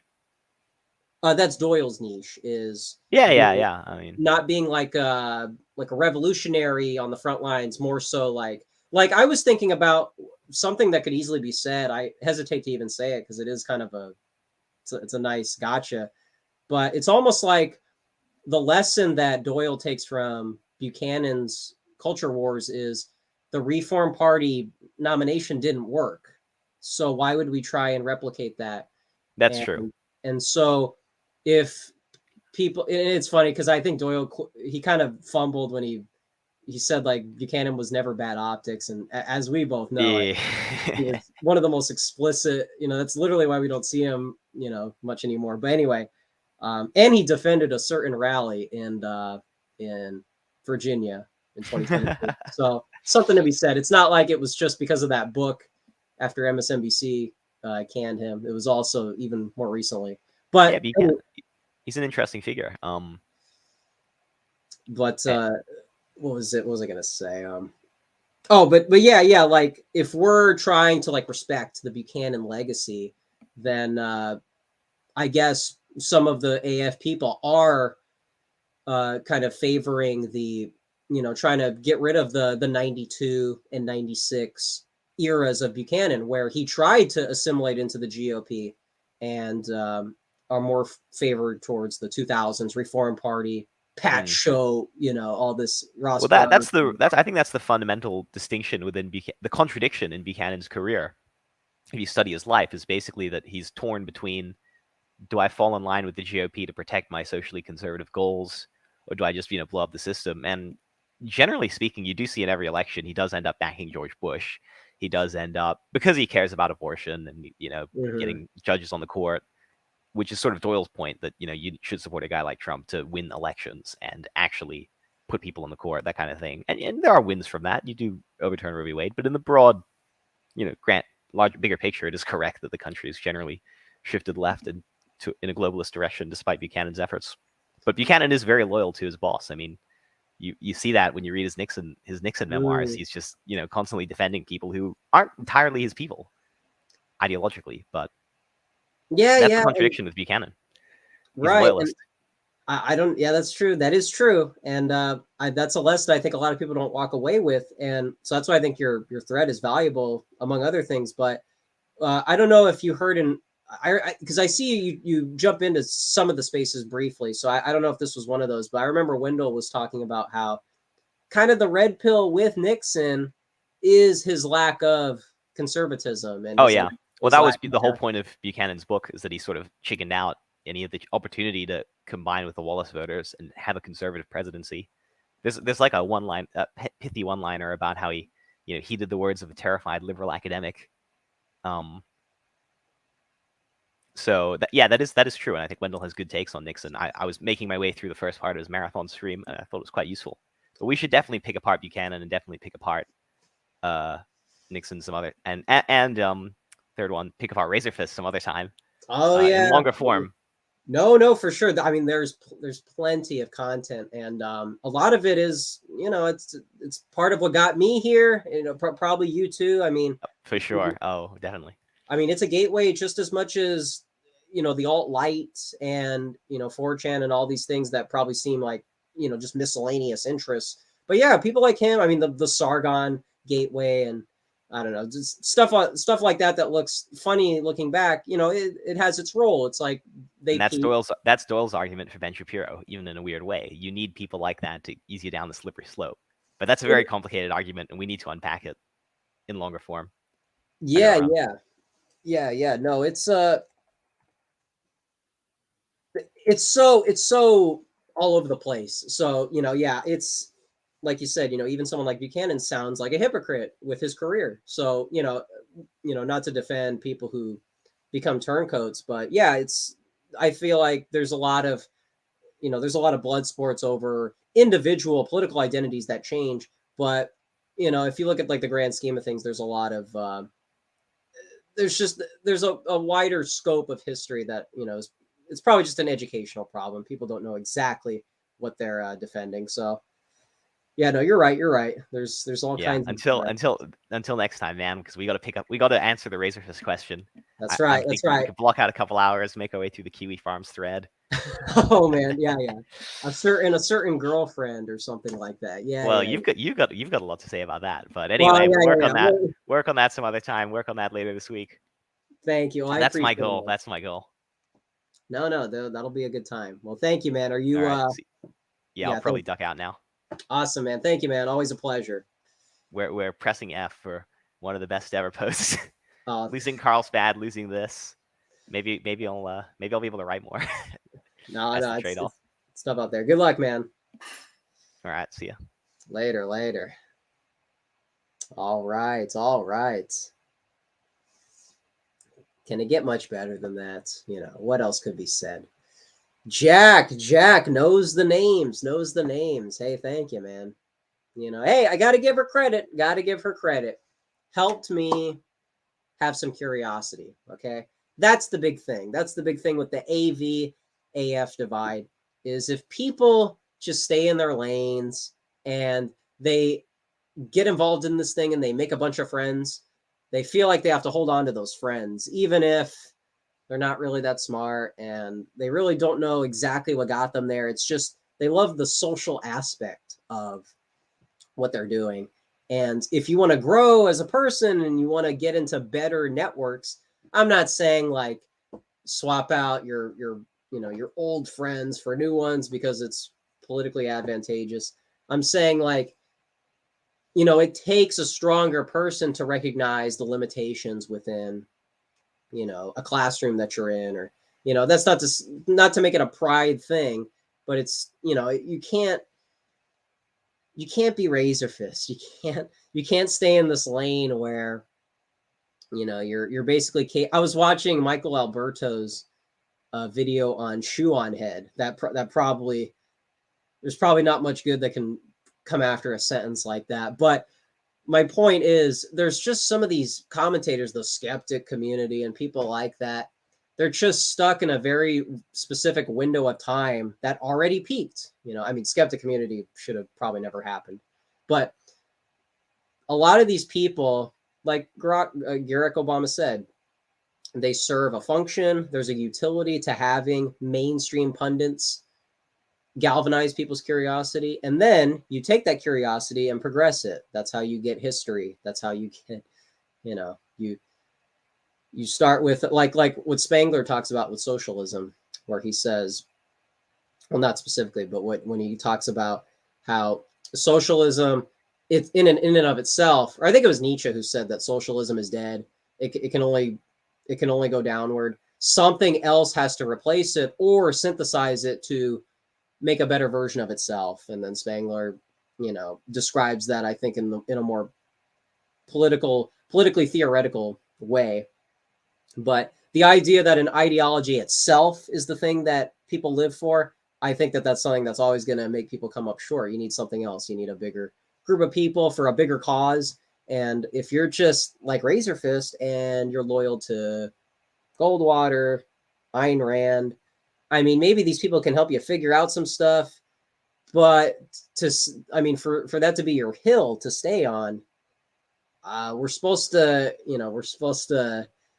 we're not just supposed to read The Great Gatsby to bring it full circle. We're not supposed to just read, Tom Sawyer and all these elementary school books and then never read a book after that. You're supposed to level up as far as, what is the role of people to become self-aware in like a virtuous way. So not to get too cliched with all that, but that's really, the philosophical problem with someone like Razor Fist is, there's really no purpose for that in 2023. There's no purpose for like a Rush Limbaugh type in probably like 2050, is probably not going to be necessary. There's going to be social media. That's where the pundits are going to come from. Not, Kai clips came from TikTok, TikTok was not around 10 years ago.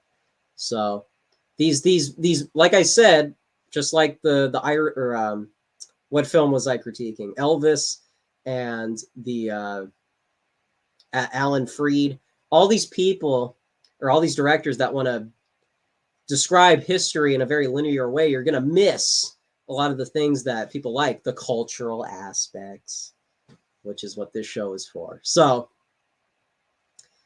anyway, not to make it a promo, but I mean, that's why it's not just arbitrary. If people don't like Nick or Doyle, it's not just a personality thing, or if it is, there is something attached to it that's just keeping people in these ghettos, these like ideological tangents, That's why in that socialism video where he's talking about, the Third Reich, to not understand the progression of socialism is to misunderstand history. Why were the original socialists, what were they galvanized by? I think Nick was even talking about this in yesterday's show because of MLK. Talking about how, all the people, a lot of the people that were writing books in the 20th century were communists. They were socialists. So that doesn't mean that descriptively, you could call a lot of people that are part of those movements as those things, but that's just that's the era that those things, people are products of their time, and not to justify what they're doing, but I mean to wonder why it took so long for like slavery to be abolished. People just don't understand the climate, the limitations that people have in given time periods. We have 2020 vision, but anyways, this is not the kind of show this was supposed to be. This has got nothing to do with rock and roll and Max's Kansas City. What in the world? This has got nothing to do with this right here, with this. Can you see that? Do you recognize that image? You see this pen? You see those men? You see, here you go. But that's the thing. That's the thing. Well, that's funny, Jack. I bet Razor will sound like Nick by 2033. Well, that's how you know that it's true that some people peak and then other people replace them. That's the nature of history, is the generations are supposed to help each other out. And so I think it's a tragedy when people start infighting for the wrong reasons. People that are supposed to pass the mantle onto the young, and instead they're going to try and hold it on for as long as they can, like the neocons, or you know, when other people become more successful than others, and then they say, well, that's success. That success is not the right kind. You know, we're supposed to, you know, where is that coming from? Is that coming from an analytical perspective, or is there competition?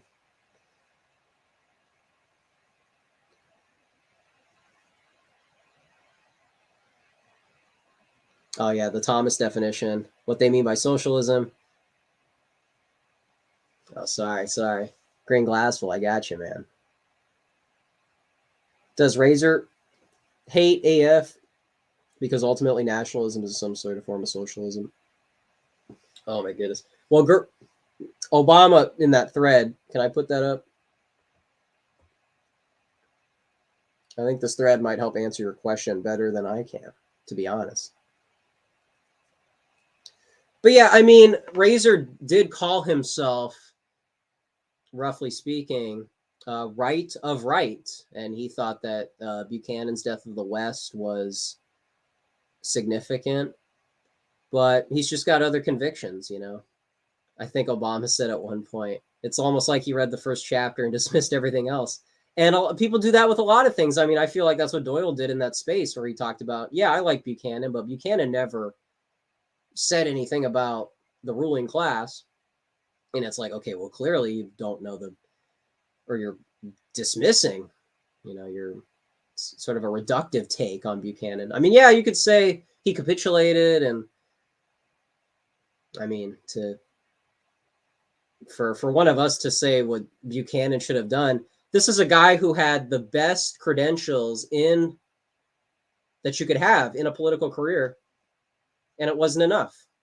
So at that point, how legitimate is the state if they're going to dismiss somebody who, I mean, yeah, he wrote article. That's what the 2000 public address shows, is there's people in the Q&A asking, why did you say this about a certain leader or a certain historical figure?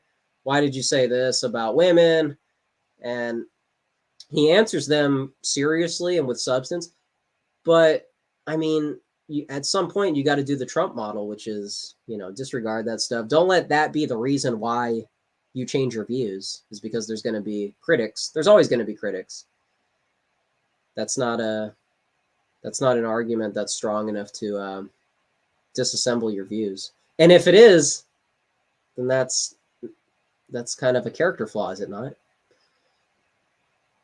But yeah, I don't know. Razorfist does sound like a nationalist, but then really he seems to be an individualist. I remember his debate with Kyle Kulinski. His intro was, you know, it's probably very impressive. It was impressive to me before I, you know, really checked out any books, start to finish. And yeah, he gave this long spiel about how government equals force. And so people got to be careful for that. And if that's like your intro to any debate, then you don't really sound like a right winger. You sound like there's something about power itself that intimidates you. And that's difficult if you want to call yourself a dissident or right of right. A nationalist who gets a little squeamish about authority and order, about force.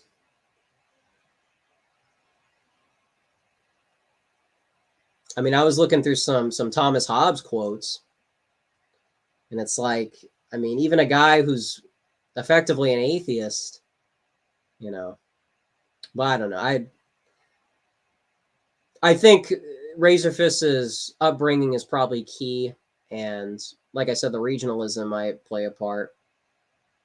But you know, it's just one of those things. It's funny. I think one of our first shows like this, like a stream, seemed like Razorfist seemed to be the crux. And when me and Obama first talked, that was kind of a springboard. So, but hey, I mean, it's, you know, I'm sitting here talking about him right now, so you know, it's something to be said.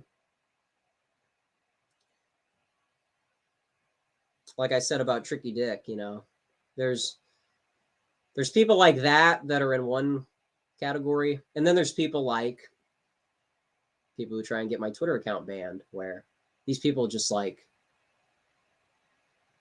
they're like they have like snake behavior. You know, it's just who's worse? Who worse? But I don't know. I don't know. I do think Doyle is wrong about Shapiro though. I just think can't you just pick somebody else? Pick say Charlie Kirk. Can you just say Charlie Kirk when you're making a point like that? Please don't use Shapiro as the example. I see what you're saying, but you know it almost it confuses things because yes, he got people thinking, but you know you can pick a lot of people too, and like make it easier for yourself, but also because I think it's the right thing to do is to pick somebody else. Thank you, Green Glassful. Thank you. Thank you. And hey, thank you, Green Glassful. Thank you for the $2. Stanley lives in Davis. Thank you, man. Thank you so much.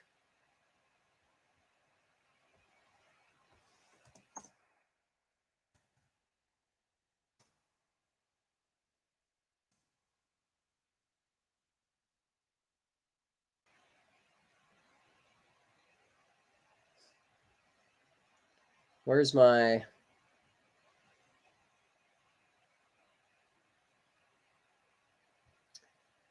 But anyway. Yeah. Well, it's just you're putting yourself in a bad situation. Like, even if you're technically onto something, like it's just so unnecessary, you know? But I was curious, while I got you guys here, Alexander Hamilton's birthday was a few days ago, wasn't it? I was curious what the chat's views are on the Hamilton-Jefferson divide. Just so we can have some content here. His most base video was the wall. Yeah. I remember my dad. I was showing my dad, or maybe he was just checking out his channel. And I remember, yeah, that wall video, I think is like one of the first ones that comes up in the Razor versus Politics playlist. And I could see it in my dad. He was like, oh, that's a pretty strong to make a whole video. And that's pretty strong. And, you know, not to say like that's the most right-wing thing you could ever post, but you know, it's an innocent time to be dazzled at about all these 2016, 17. You know, I was talking to my friend about, you know, early 4chan, newgrounds.com, and he was telling me about, you know, the Halo and Gears of War 2. It's like this stuff may not be like I mean, with the video games, it's probably on a technical level better.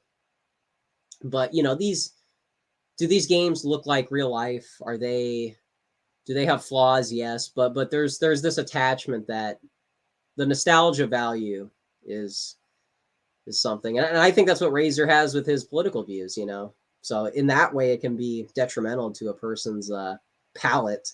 But you know, when it's this entertainment stuff, like my friend was, you know, I remember he told me about this this Halo trailer that's just like part of his memories, childhood, and it's like that's the kind of stuff that, you know, to me those aren't like distractions in your head. Those are like cherished those are things that like connect a whole generation, you know. And to stick to like a linear script when you're talking about you know, 4chan and all these people that we talk about in politics, it's like you got to have a little more flavor in there, if that makes sense. I don't know. I'm kind of rambling a little bit, but I don't know. There's almost something. Well, I don't want to be heretical. I don't think you're doing yourself a lot of harm when you're thinking about that stuff rather than like the stuff that people promote on TV and, you know.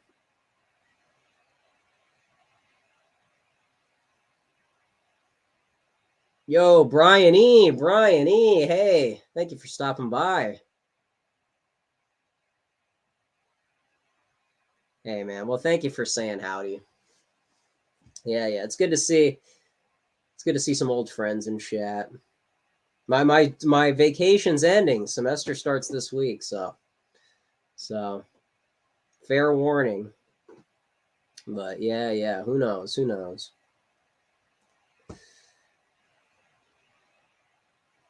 But yeah, it's nice to see you guys. That's the hard part to me, is finding your friends on social media. Once you find your friends,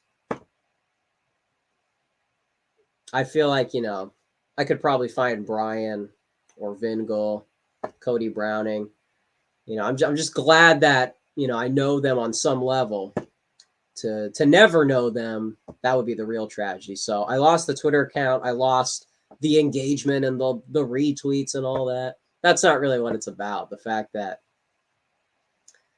my favorite people in real life, some of my favorite people was through Twitter because of Columbia Bugle and some local stuff. So, that's the thing. That's why I don't know. I don't know if that's why. I don't know if it was like since then that I got more love for Twitter, but it helped put things into perspective.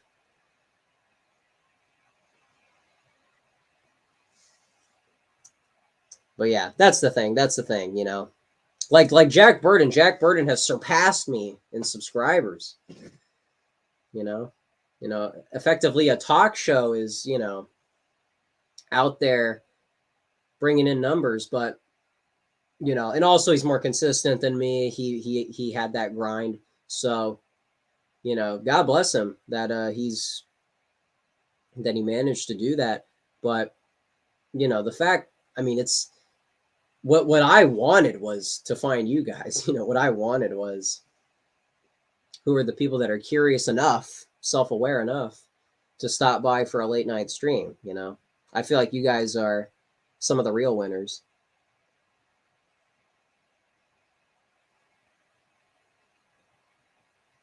Well, Brian, I was arguing with someone in a space, and yeah, I just thought, I didn't think I was like really crossing a line. I don't think I, said anything that like technically broke the terms of service.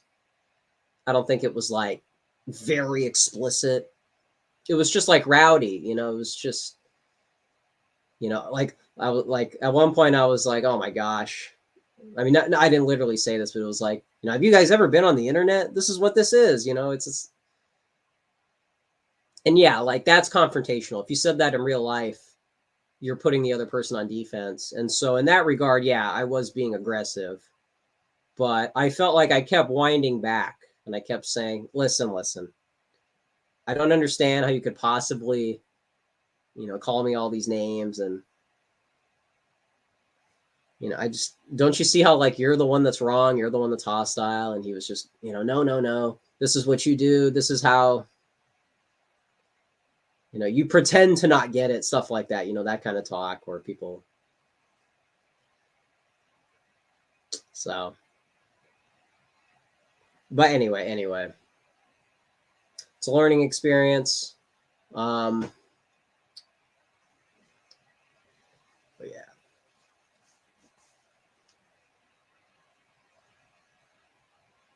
I think Twitter is bad for mental health. To be honest, I've never felt worse than arguing with, wasting time delving into the world, bread tubers, libs.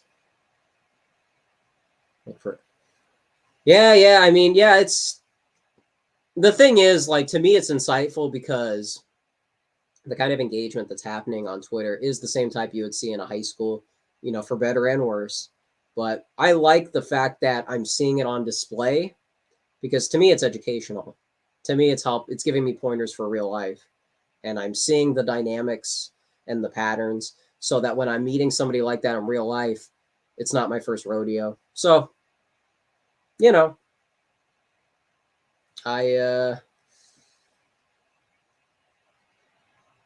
right. You can go into like 10 spaces and all 10 of them can be not very academic.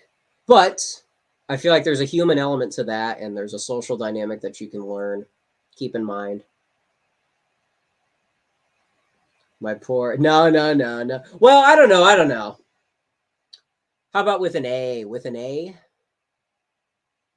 How about with an A? Maybe that was said. But yeah. Yeah, there you go. Thank you, Jack. Hey, Jack.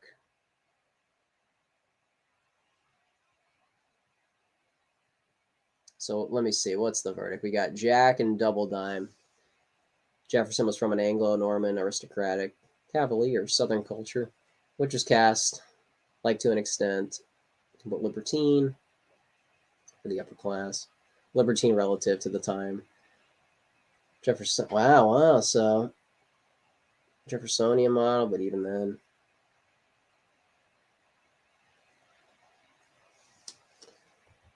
Well, that's something. That is something.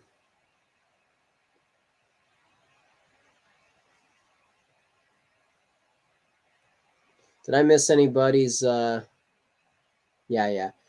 People who are skeptical about collectivism, that's a red flag. That's they're telling you that they're gonna have a problem with right wing organization because they're gonna say that that's too far. I mean, some people take it too far, like Patriot Front. That's pretty cringe.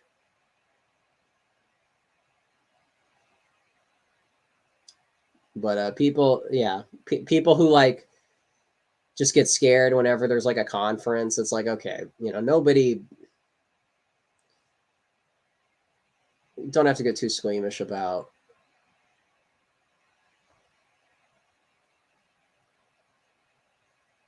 I think isn't getting banned seen as a badge. Well, the thing for me, Brian, is this was as far as I know, my oldest account, and I filed an appeal. Maybe I'll get it back, but it's a disaster for me personally. The fact that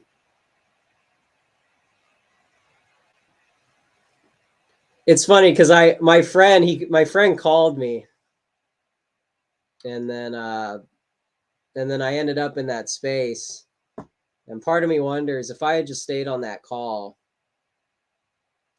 how would the week have been impacted? Would I still have my account, or would I have gotten into another space at another point and went too far? I don't know. It's a hypothetical. Maybe that's useless. It is interesting. You can kind of see the decision making on display. Was it the Halo 3 trailer? That might have been the one, or maybe it was Reach. And I'll have to ask. My people in chat are asking about what my friend told me on a phone call. I gotta ask him. No, that's wholesome. I love stuff like that. I remember I went to my friend's house and he remembered what Madness was from Newgrounds. Gosh, it feels like just like a handful of people were curious enough to even check out the series or like to check out like any part of it.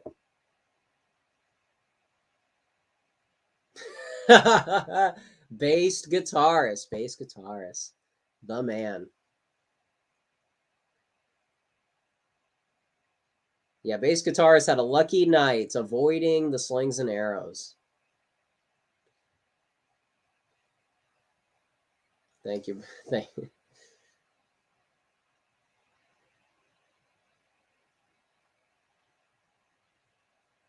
No, hey, thank you, Jack. Thank you.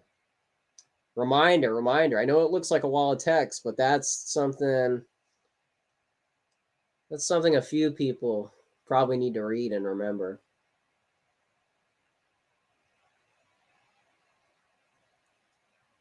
Brian, are you in the Telegram?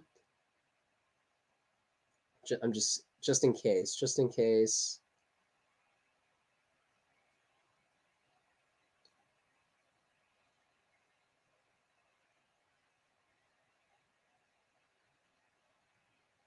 Did I miss any? Yeah, wow. Marshall Ford knows the lore.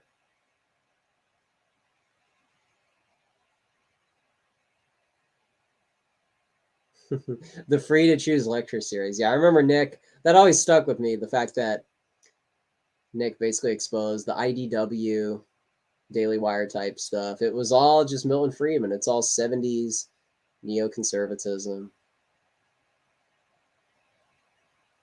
Yo, Jack, Nigel Carlsbad. Yeah, yeah. And hey, there's a. I like Carlsbad. He seems pretty cool. I don't know the other guy you listed. I don't know who that is. Did I miss anybody else's?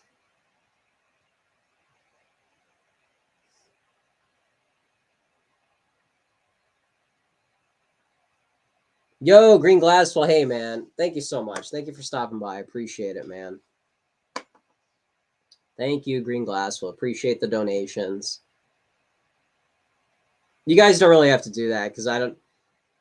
The way that YouTube the donations work, it's I don't know if it's worth you guys sending money. It's just not very. Doesn't seem very fair. I haven't even cashed the money. I'm just gonna be honest. The way that it's set up, it's very confusing. So, fair warning. Okay, no, good to see you here, Brian. In here or anywhere else. Man, okay, yeah, no, bass guitars, yeah, it's I learned that the hard way. Just gotta be careful. Just gotta no more cowboy energy. Just gotta be a bit more strategic. Pick better battles. Man, double dime. So true. Steve Vai did the intro for Halo 2. Yeah, I think he did most of the, or what is it? Breaking Benjamin. They did some soundtrack work. That's on Randy Rhoads and Ozzy's 80s and 90s output. Yeah, yeah. Well, that's like all of his output, right after the 70s. Yeah, no, I like Bark at the Moon. With well, that's Jake Ely. Yeah, I like some of the songs on Diary. But yeah, everything after that, yeah, No More Tears. And then in the 90s, you get a little change, but the album that has Perry Mason probably better than most of the stuff after it. More of a Rhodes than a Van. Oh, that's interesting. Yeah, what is that? Classically trained versus like a mechanic. A scrapper or a scrappler, whatever the term is. Eddie like jerry rigged a lot of his stuff. Rhodes has like the classical academic background in music. So yeah, no, it's a nice. It is like two different approaches. Did you catch Roger Stone's clip, Nixon clip? Oh, I saw you posted. I didn't listen to that. No. Very interesting. Yeah, I guess Roger Stone will be the guy to try and find some Nixon lore.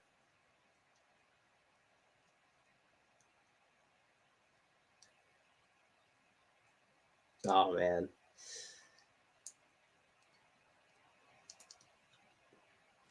Yeah. No, it's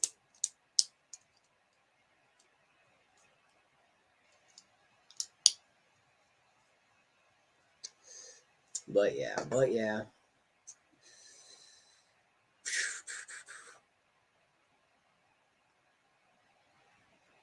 So yeah. So yeah. Yeah.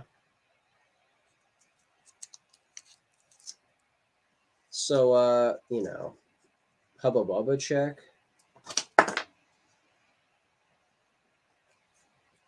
Just woke up from a cold pizza nightmare and I see Ace on. So true, so true. Cold pizza nightmare. That doesn't sound like a nightmare. Cold pizza doesn't sound that bad, honestly.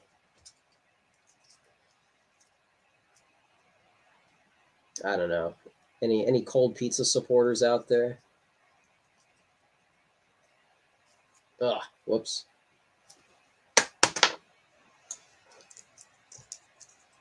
I just had ramen noodles before the show.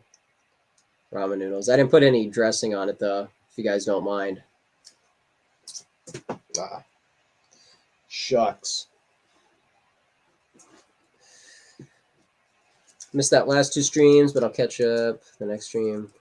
Need a bounce now. It's around 3 a.m. Well, hey Brian. Well, thank you, man. Thank you. You don't have to stay up this late for me, for little old me. Thank you, man. Thank you for stopping by. Good to see you here, man. Good to see you here.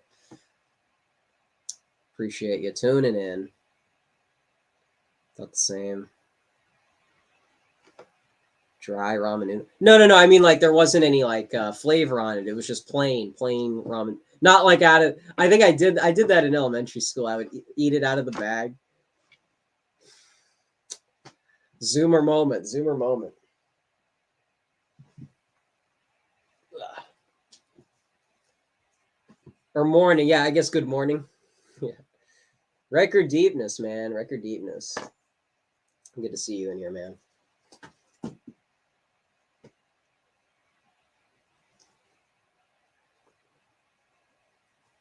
Ugh. Whoops. Getting a little carried away. How about this? Does anybody here remember Bear in the Big Blue House? Did you guys watch that? The Pakistani woman told me. It was on like Disney Channel or Nickelodeon. Maybe Boomerang, something like that. I don't remember I watched it. It must have been the same, right?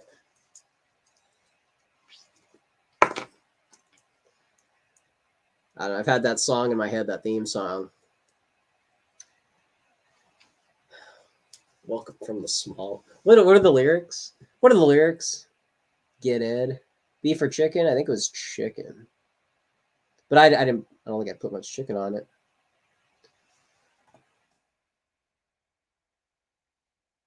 Welcome to the Big Blue House.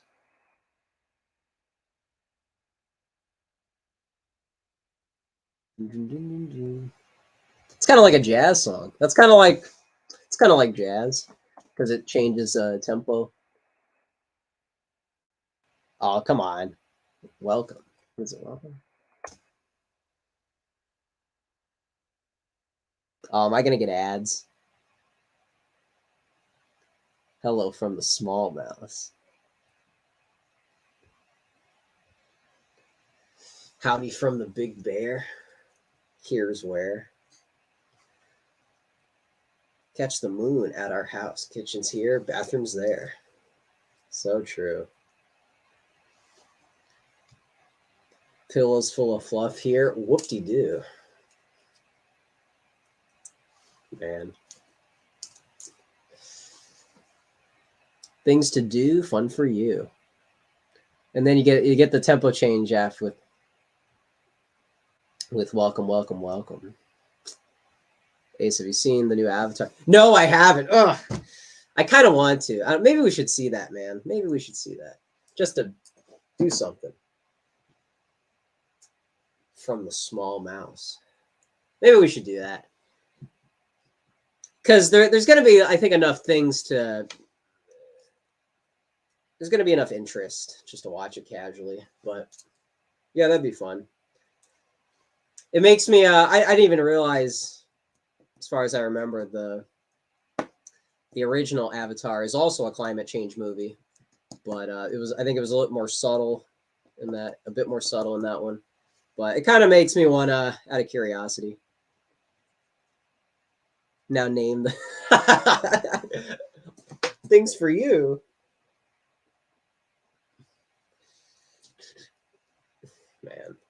Welcome, welcome, welcome. Right next to Nixon, man. Only saw the commercial on Boomerang. Memory unlocked. Oh man, big Blue House was king. Producer then shows it. It's like the world peace bit.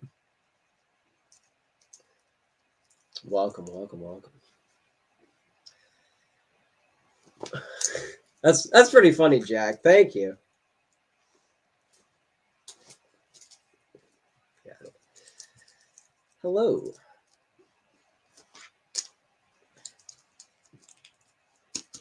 Man, oh man. But yeah, man, hey.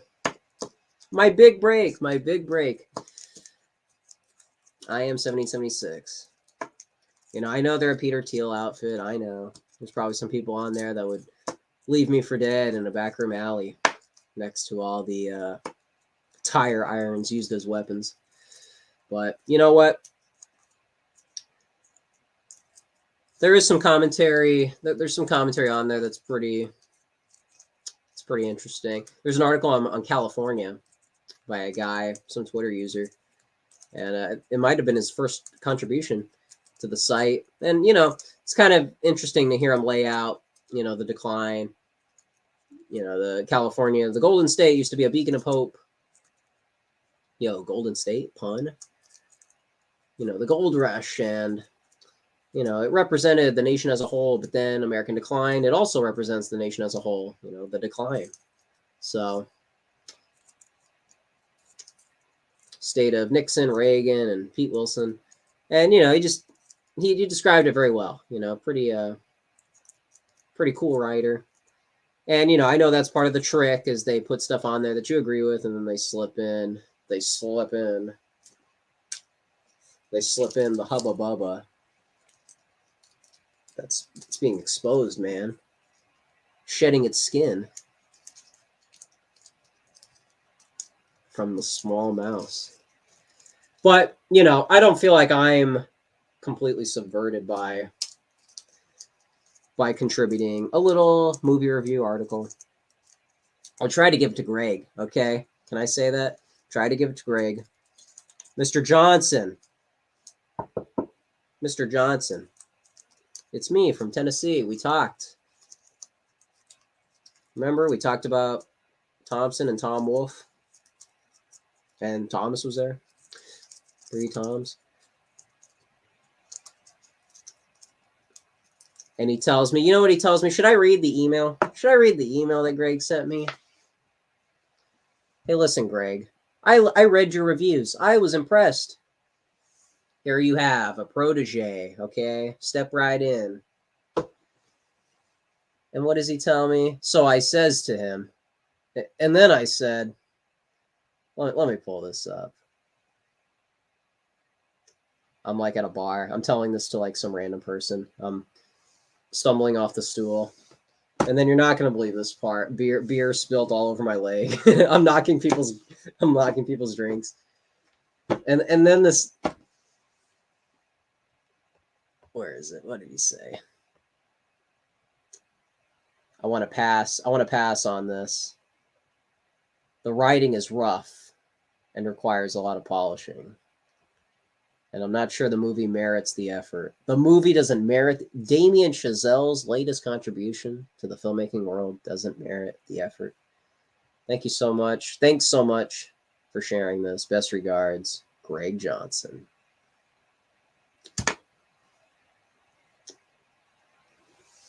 What am I? A schmuck on wheels? What am I? Chopped liver? Zoomer steps into the Gmail account,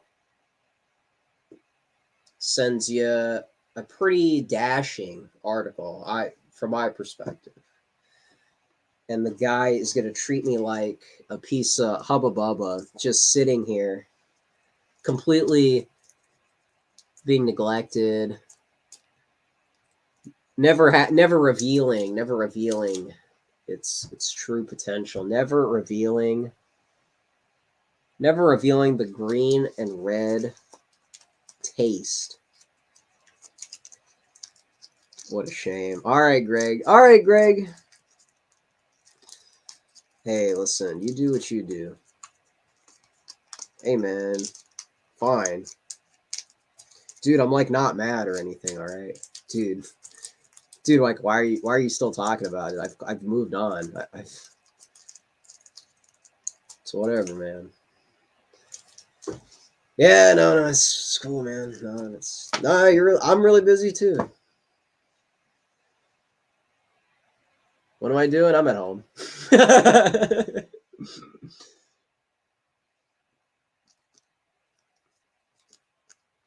dude, I'm like, dude, I'm like pretty busy, man.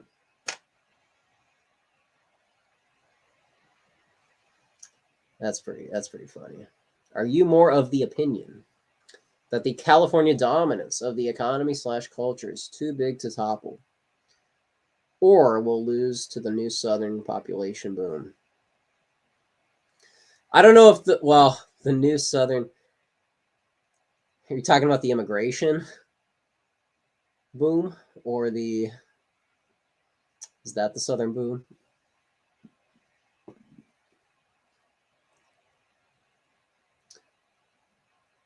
I think people in California should not have too much emotional investment in political elections and focus on some of the more regional support, some of the grassroots approach that Phyllis Schlafly did in the 70s. And then over time, you build up that regional support, which is leaning more to the right, more to the right than the GOP. When people ask you if you're far right, just say you're right to the GOP. And I think that kind of looking at politics in like a 100-year scope is better than get out the vote for this specific election. History changes in this election where all the candidates are talking like they're in the 80s. A Zoomer walks into a Gmail, sees a Hubba Bubba at the bar at his ass. So why'd you get double dime? Story of my life.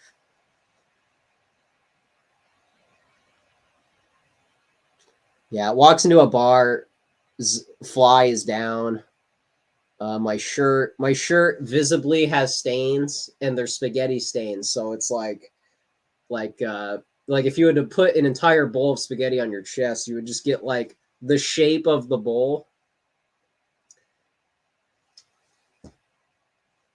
and then you bump into someone and ask what their problem is. This is the sequence of events that.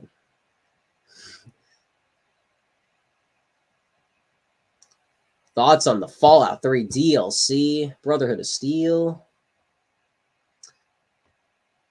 Man, oh man. You know, I don't know. I remember it wasn't very memorable.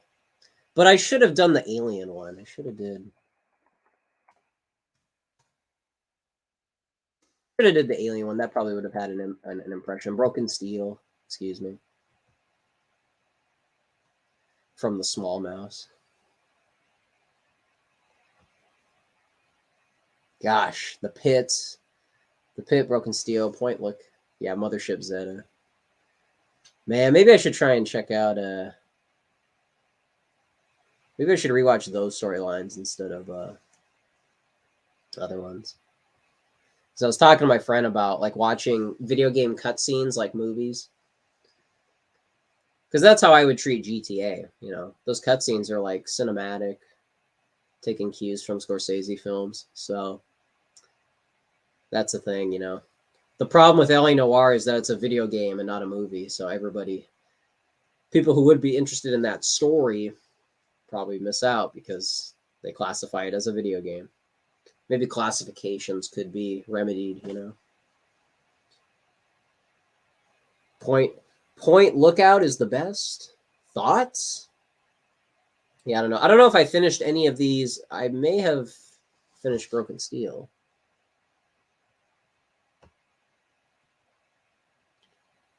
Seems like that was the one I got. Operation Anchorage. That one I don't think I got. Ugh. Seems like I had more money to spend on stuff like that, and I didn't really. Or if I did, I probably spent it on other DLCs instead.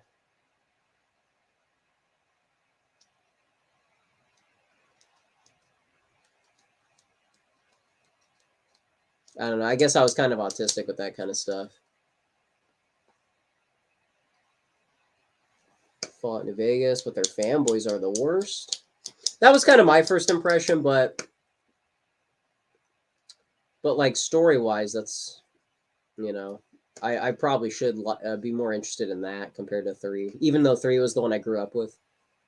So I have like a bias towards 3, but that's not really fair to New Vegas, which I didn't finish. I don't know if did I ever play New Vegas? I don't know. Fallout New Vegas where you fight zombies in the mist. Oh man, that sounds interesting. Did that happen?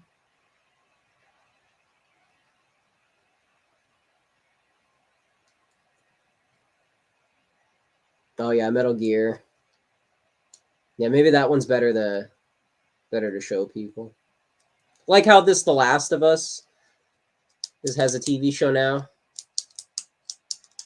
That should be like a trend, honestly. It would probably backfire because it might have the same weakness as like video game movies, Resident Evil and the infamous Super Mario Brothers John Leguizamo movie. But I don't know. I would like a Fallout, adaptation. It would be interesting at least. Aren't they redoing Dead Space? There's like a remake. I saw Mystery Grove was talking about that. I don't know. To me, since Hollywood is using other material as a crutch, might as well just dig into the video game market since that's the one that people still have investment in. You gonna make another Marvel movie, or are you gonna make a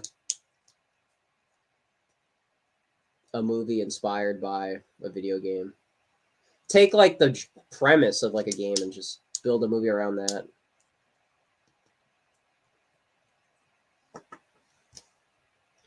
Yeah. Oh yeah, I forgot. Yeah, The Witcher. Yeah, that's right.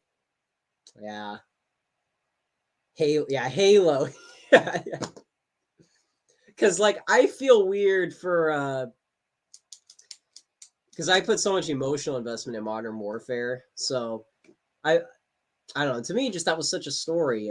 Soap, Captain Price. Captain Price trapped in the gulag, rescued by Roach and Soap.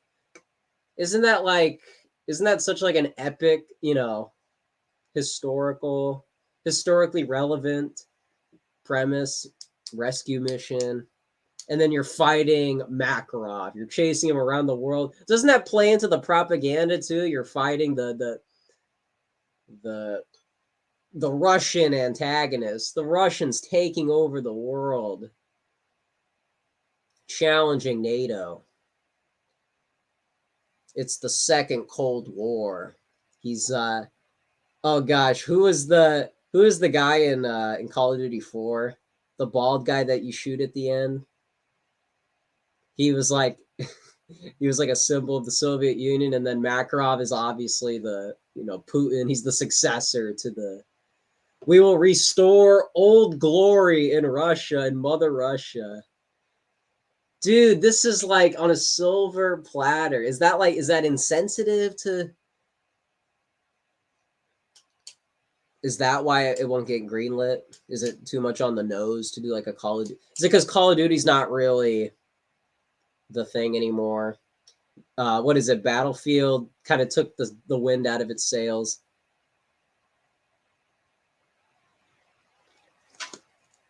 Like Call of Duty had a monopoly on the shooters, but then somebody challenged them. What was that? EA? Didn't the same people who did the Battlefield, didn't they do Battlefront, the Star Wars game? Am I remembering that right? Because Battlefield was oh gosh, I'm trying to. Oh, is the stream down? Oh no. Hello? Welcome, welcome, welcome. Thoughts? Is everybody still here? Testing, testing. Test 1 2 test. I can hear you. Nothing. Okay. Thank you, Jack. Thank you, Jack. We back. Double Dime and Q-Tip. Thank you, man.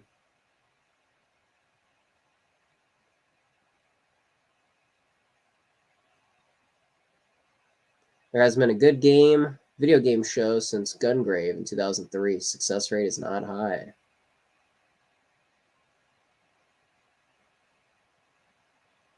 All right, thank you, Dereverent. That's more interesting. Oh, Fallout 3 is the side quests. The mediocre main quest. Well, yeah. That is true. I mean, yeah, it's such a climactic ending. New Vegas. Just on the choices alone. But yeah, like at the end of Fallout 3, you know, that's kind of an environmental ending. Maybe there's like a overlap with Avatar. This I don't know. Maybe that's a little too try hard.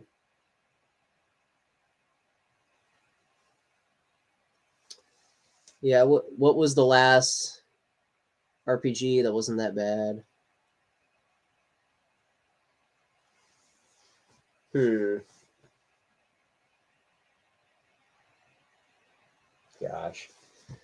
Gosh, I don't know. Because what was it? Skyrim was 2011.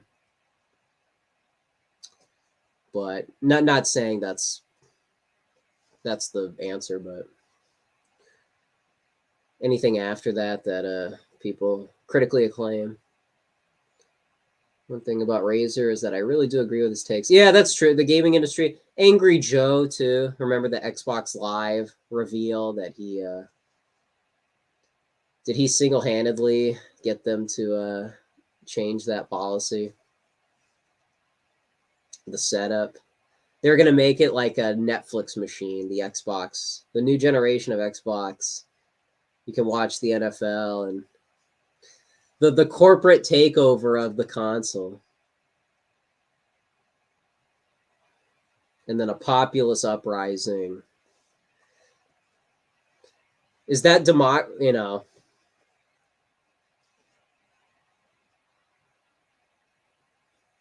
But that was like overreach, so I don't know. That was more of maybe a populist would be the better description.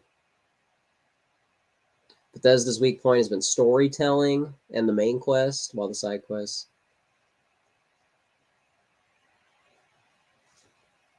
Main quest. Is that why Fallout 4 was disappointing? Maybe. It's cool to hear Razer speak out against Lincoln. Yeah, I gotta check out the video.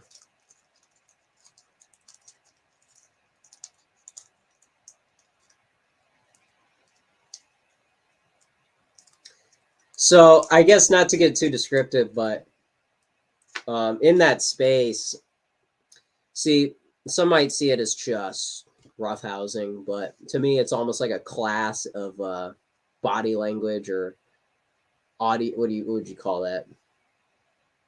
It's like personality tests, is what you're seeing in the spaces, and it is funny how like, you know, when somebody is losing in a space, they get very quiet. And so at that point, that's like the point where you don't have to argue anymore. You can just leave, or you can just not argue with that person anymore. When you get to a point where the other person pipes down, it's like, okay, we this victory has been won. And it's funny how I was in a space earlier about how, you know, the greaser, the bully, is kind of just the reinforcement of the status quo in a good way. The status quo is in the hierarchy of the high school. So if he's, you know, making fun of people, he's not making fun of the underdog. He's making fun of the people that are transgressing. So it's funny how you can flip the bully archetype and make him a villain, because it's easy to frame him as a villain if he's picking on somebody lower than him. But if he's just reinforcing the rules that everybody would rather have and abide by, you know, in a Twitter space, when somebody, you know, defeats you with facts and logic, it's very easy for you to say, this is like a bulldog. This guy is excessively abusing his the amount of time he's talking in the space. He's being abusive. They frame it in this victim thing where it's, you know, they're the bad guy for saying too much. But what they're saying is correct. And actually, if the person who lost the argument spoke more, that would be like a tragedy in the conversation. That would be bad content. So it is funny how you can always, people like that who lose, they can always try to justify by saying this archetype that you've been conditioned to not like, that is why people are dogpiling you, not because you're wrong or because you're the one that's on the offense. You know, that if somebody beats me in an argument, that's just, gosh darn it, that is so not cool that this person is so out of line. I can't believe he disproved me like that. Who does he think he is? What is this, a public space? People are just supposed to, you know, listen to me. You know, people are just...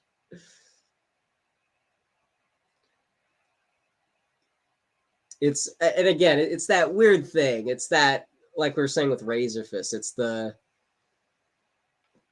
unresolved relationship with power, with the state, you know.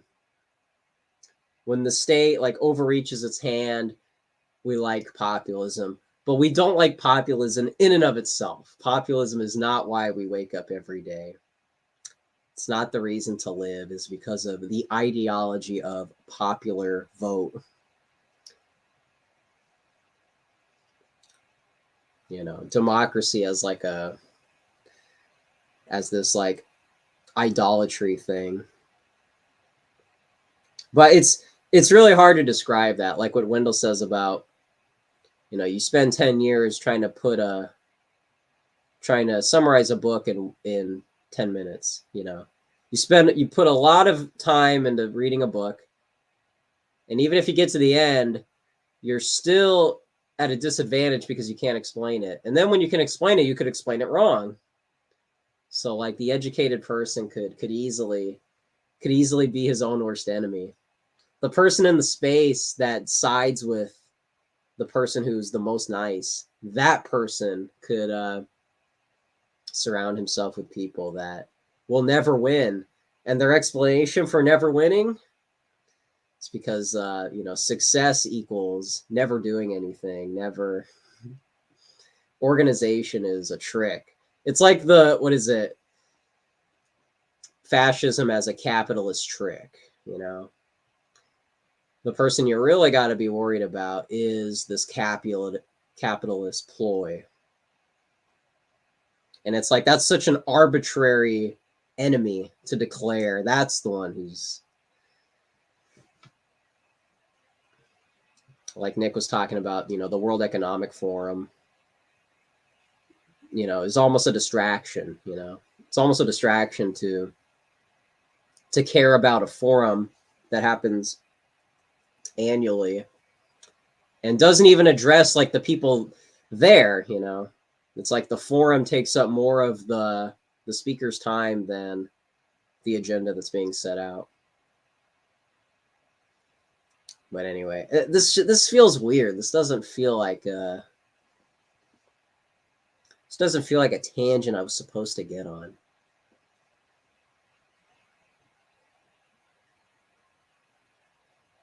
Yeah, and it's all based on context. Yeah, that's the thing. You can't, if you teach someone one way of winning an argument, you can't really use that every time. Anyways, I'm just saying, this is all very interesting to see.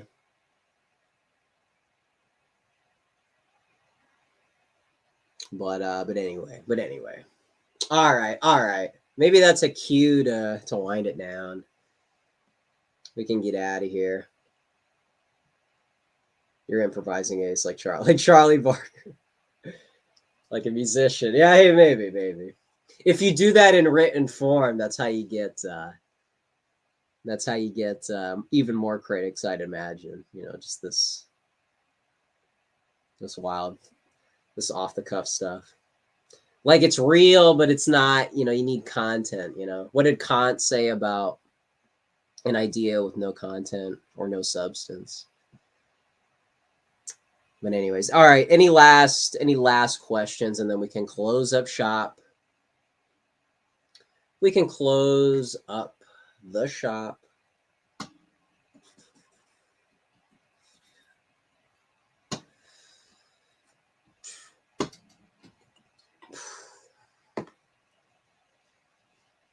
Beep.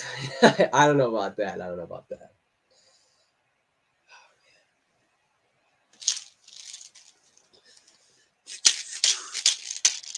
Like maracas.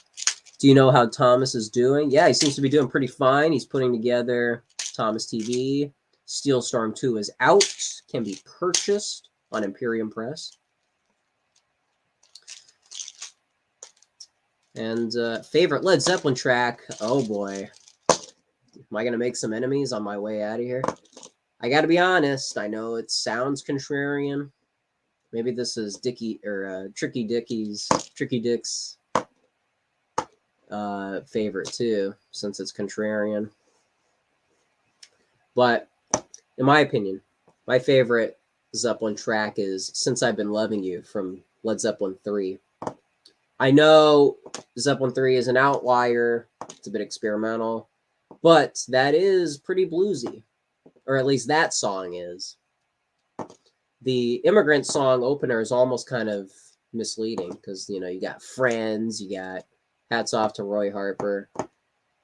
These aren't really conventional Zeppelin songs from the first two albums, but I really like that bluesy, emotional playing from Page and just Plant just going off. My goodness. I think it was Green Glassful who got me to watch some of the Zeppelin DVD, and yeah, my goodness, it's just a euphoric, that band. How will you fill the void left by Twitter? We'll see. Yeah, I know Q-Tip. Is that it? Well, what's your favorite Q-Tip? It's probably more interesting to ask you.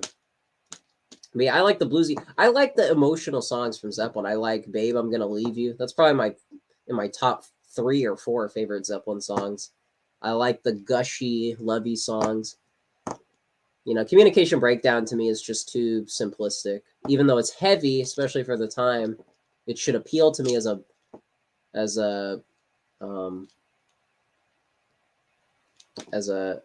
metal fan. But maybe heaviness should be graded on a different scale. To me, Since I've Been Loving You is very, cinematic almost. And the pacing too. It builds up to a crescendo. Kind of in the way Kashmir does. Maybe Kashmir doesn't get heavy, but like Achilles' Last Stand, how people agree that that's like an epic song. That's how I feel about Since I've Been Loving You. Babe, I'm Gonna Leave You. I feel like people belittle Babe, I'm Gonna Leave You like it's just a love song. It's just like a ballad that an 80s band would do, get famous on MTV. But to me, it really does build. Woman, and then you get that little bend. Oh, come on. Is that Peak Zeppelin?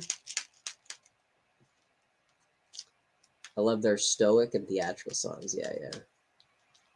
What caused it? Oh, hey, Seamus O'Blaine. What caused the Twitter ban? I was in a Twitter space with somebody who seemed to resent me pretty openly. And around, I think, 6:30 in the morning, like 4 hours after the Twitter space ended,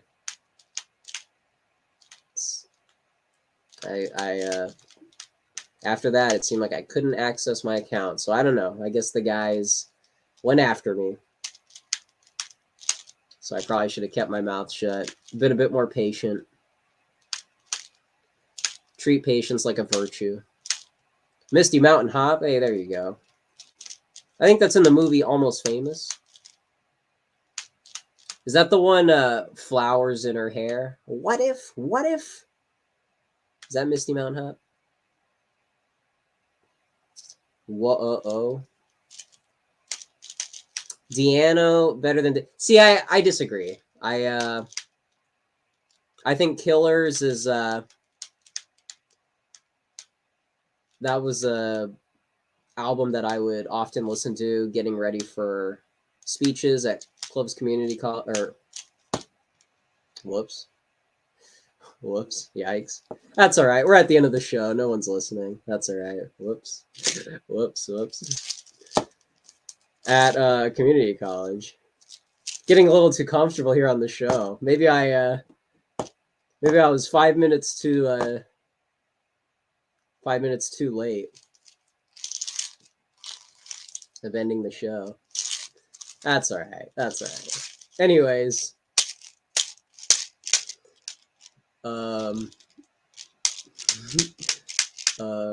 so forgot about Lemon Song. Yeah, Q-Tip. Thank you. Anyways, talking about musica. I just Dickinson to me. I mean, to me, that's just like on another level. The fact that it's so epic. To me, that's like opera level metal.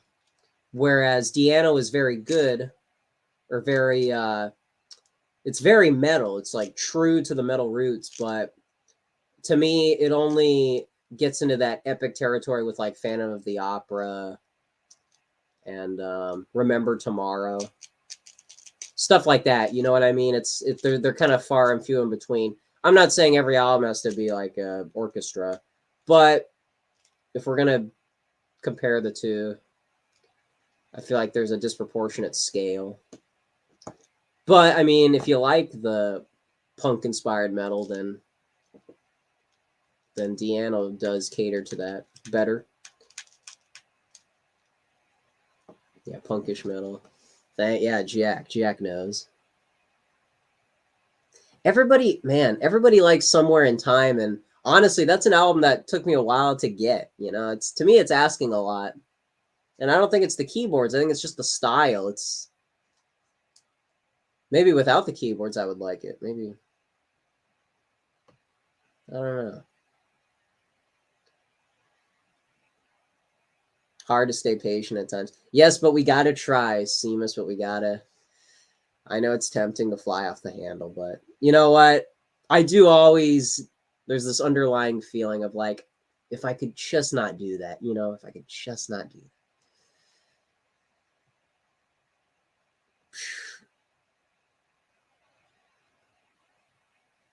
I have three-way tie, Achilles Last Stand, Dazed and Confused. Bring it on. Nice, Q-Tip. Nice. I like this list.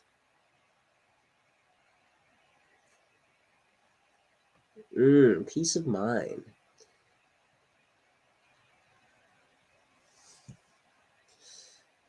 No, yeah. Maiden seems to be the model for a lot of people as far as... It is strange that like power metal, both American and European, doesn't seem to... I mean, it seems like Sabaton is really mainstream, but nobody else is on that level. Is it because they talk about history? Sabaton just seems to get this exclusive treatment, even though they're playing a genre that doesn't seem to be commercially successful. I'm not trying to belittle the non-American sales, but you would think power metal would be the leading epic, you know, what people call epic theatrical metal. You know, like progressive rock in the 70s. People loved it, and then people said this is too highbrow. And then they accepted punk rock. But I just feel like, I don't know, it's like progressive rock never earned its cachet from the 70s. They always treated it like an old man's club, and it was, you know. The Love Beach album, ELP. You know, they all look like they're in Foghat. But, you know, on a technical level, wouldn't we say progressive rock in the 70s was probably the peak of our genre in general? I mean, metal on a technical level accelerated the speed, but as far as capturing the imagination that the 60s bands did, you know, like Sgt. Pepper, it just seems like that, you know, it didn't dazzle people to that level. Instead, it replaced the backdrop with speed and aggression. And to me, I think that hurts the genre. It puts it in a bubble and keeps normal people, like the people you would meet on campus, it keeps them from checking it out. They have no curiosity for it because you've adopted this identity that,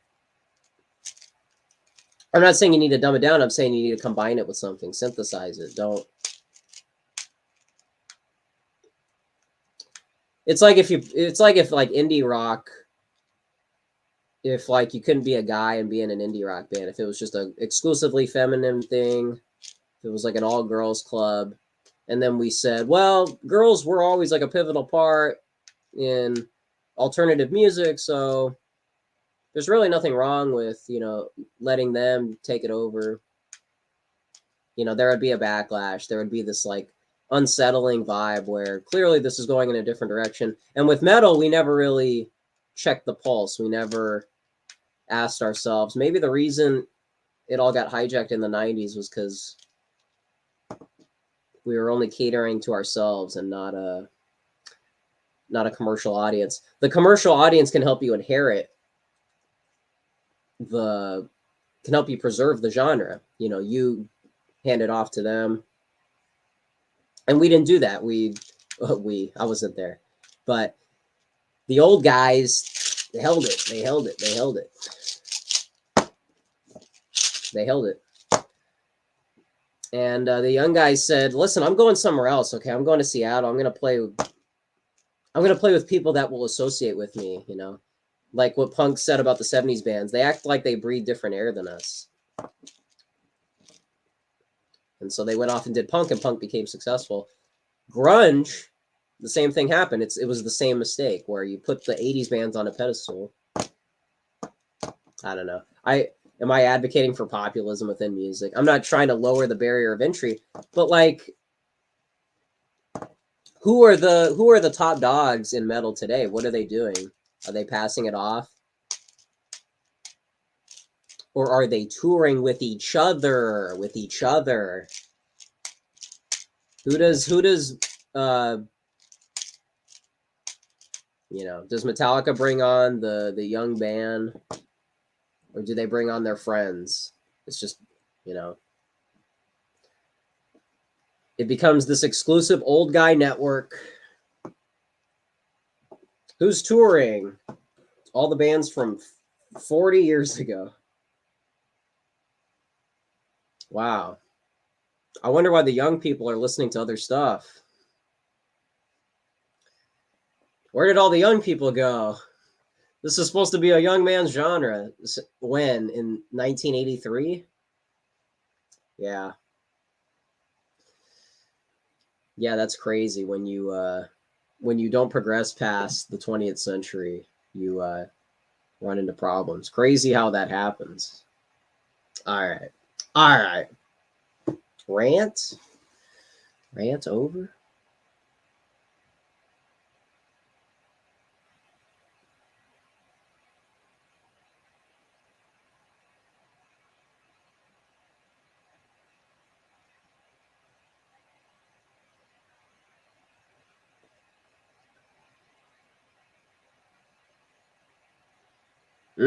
Interesting.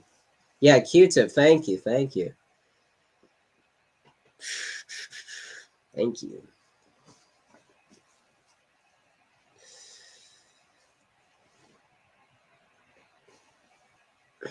All right.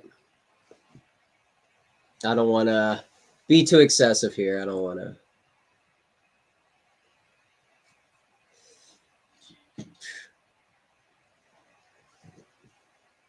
All right. Well, I appreciate you guys for stopping by, man. This was we got through this one together, you and I. So thank you guys. Be back here. Gosh. We'll see. We'll see. We'll see. Semester starting, FYI. And I know Thomas is going to be, I feel like I've said that a bunch of times, but yeah. Thomas, his YouTube channel. You can find me there when we get that going. Me and my dad are gonna be me and my dad are gonna be reviewing a movie. We got to see La La Land first, and then we'll see when it happens. But stay tuned for that. Check out American Populist, one of the first collabs of the year, on his channel. He's got some pretty interesting stuff on his channel. And yeah. Anything else? Thank you, Egon Kuber. Did I miss anybody's questions? Aw, thank you. Hey, thank you, Jack. Thank you, Jack. I appreciate you. Good luck with school. Yeah. We'll see what we got. We'll see what we got in store. Thank you, Record Deepness, Seamus O'Blaine. Jack. Broton, if I'm saying that right. Bruton. Q-Tip. Hey, thank you, guys. Egon Kuber, of course.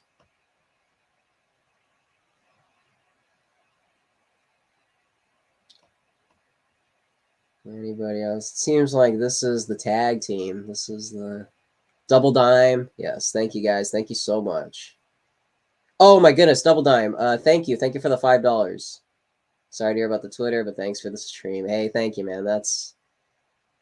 Hey, I guess without the suspension, the stream would have never happened. So, hey, silver lining, man. Silver lining. If you can't find it, you aren't looking hard enough. And, of course, Marshall Ford, Jorge Puente, and then Matt, Forney, and Gio. Glad to have some cool guys in here. And then Media Hits.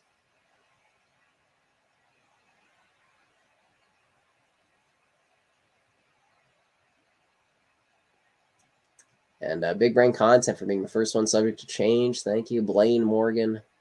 Thank you, guys. Undefined Human. Thank you. D Reverent.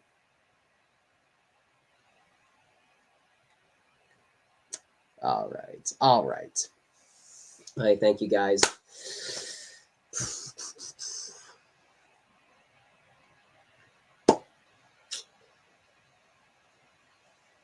All right. Well, take it easy, guys. I'll see you guys later on.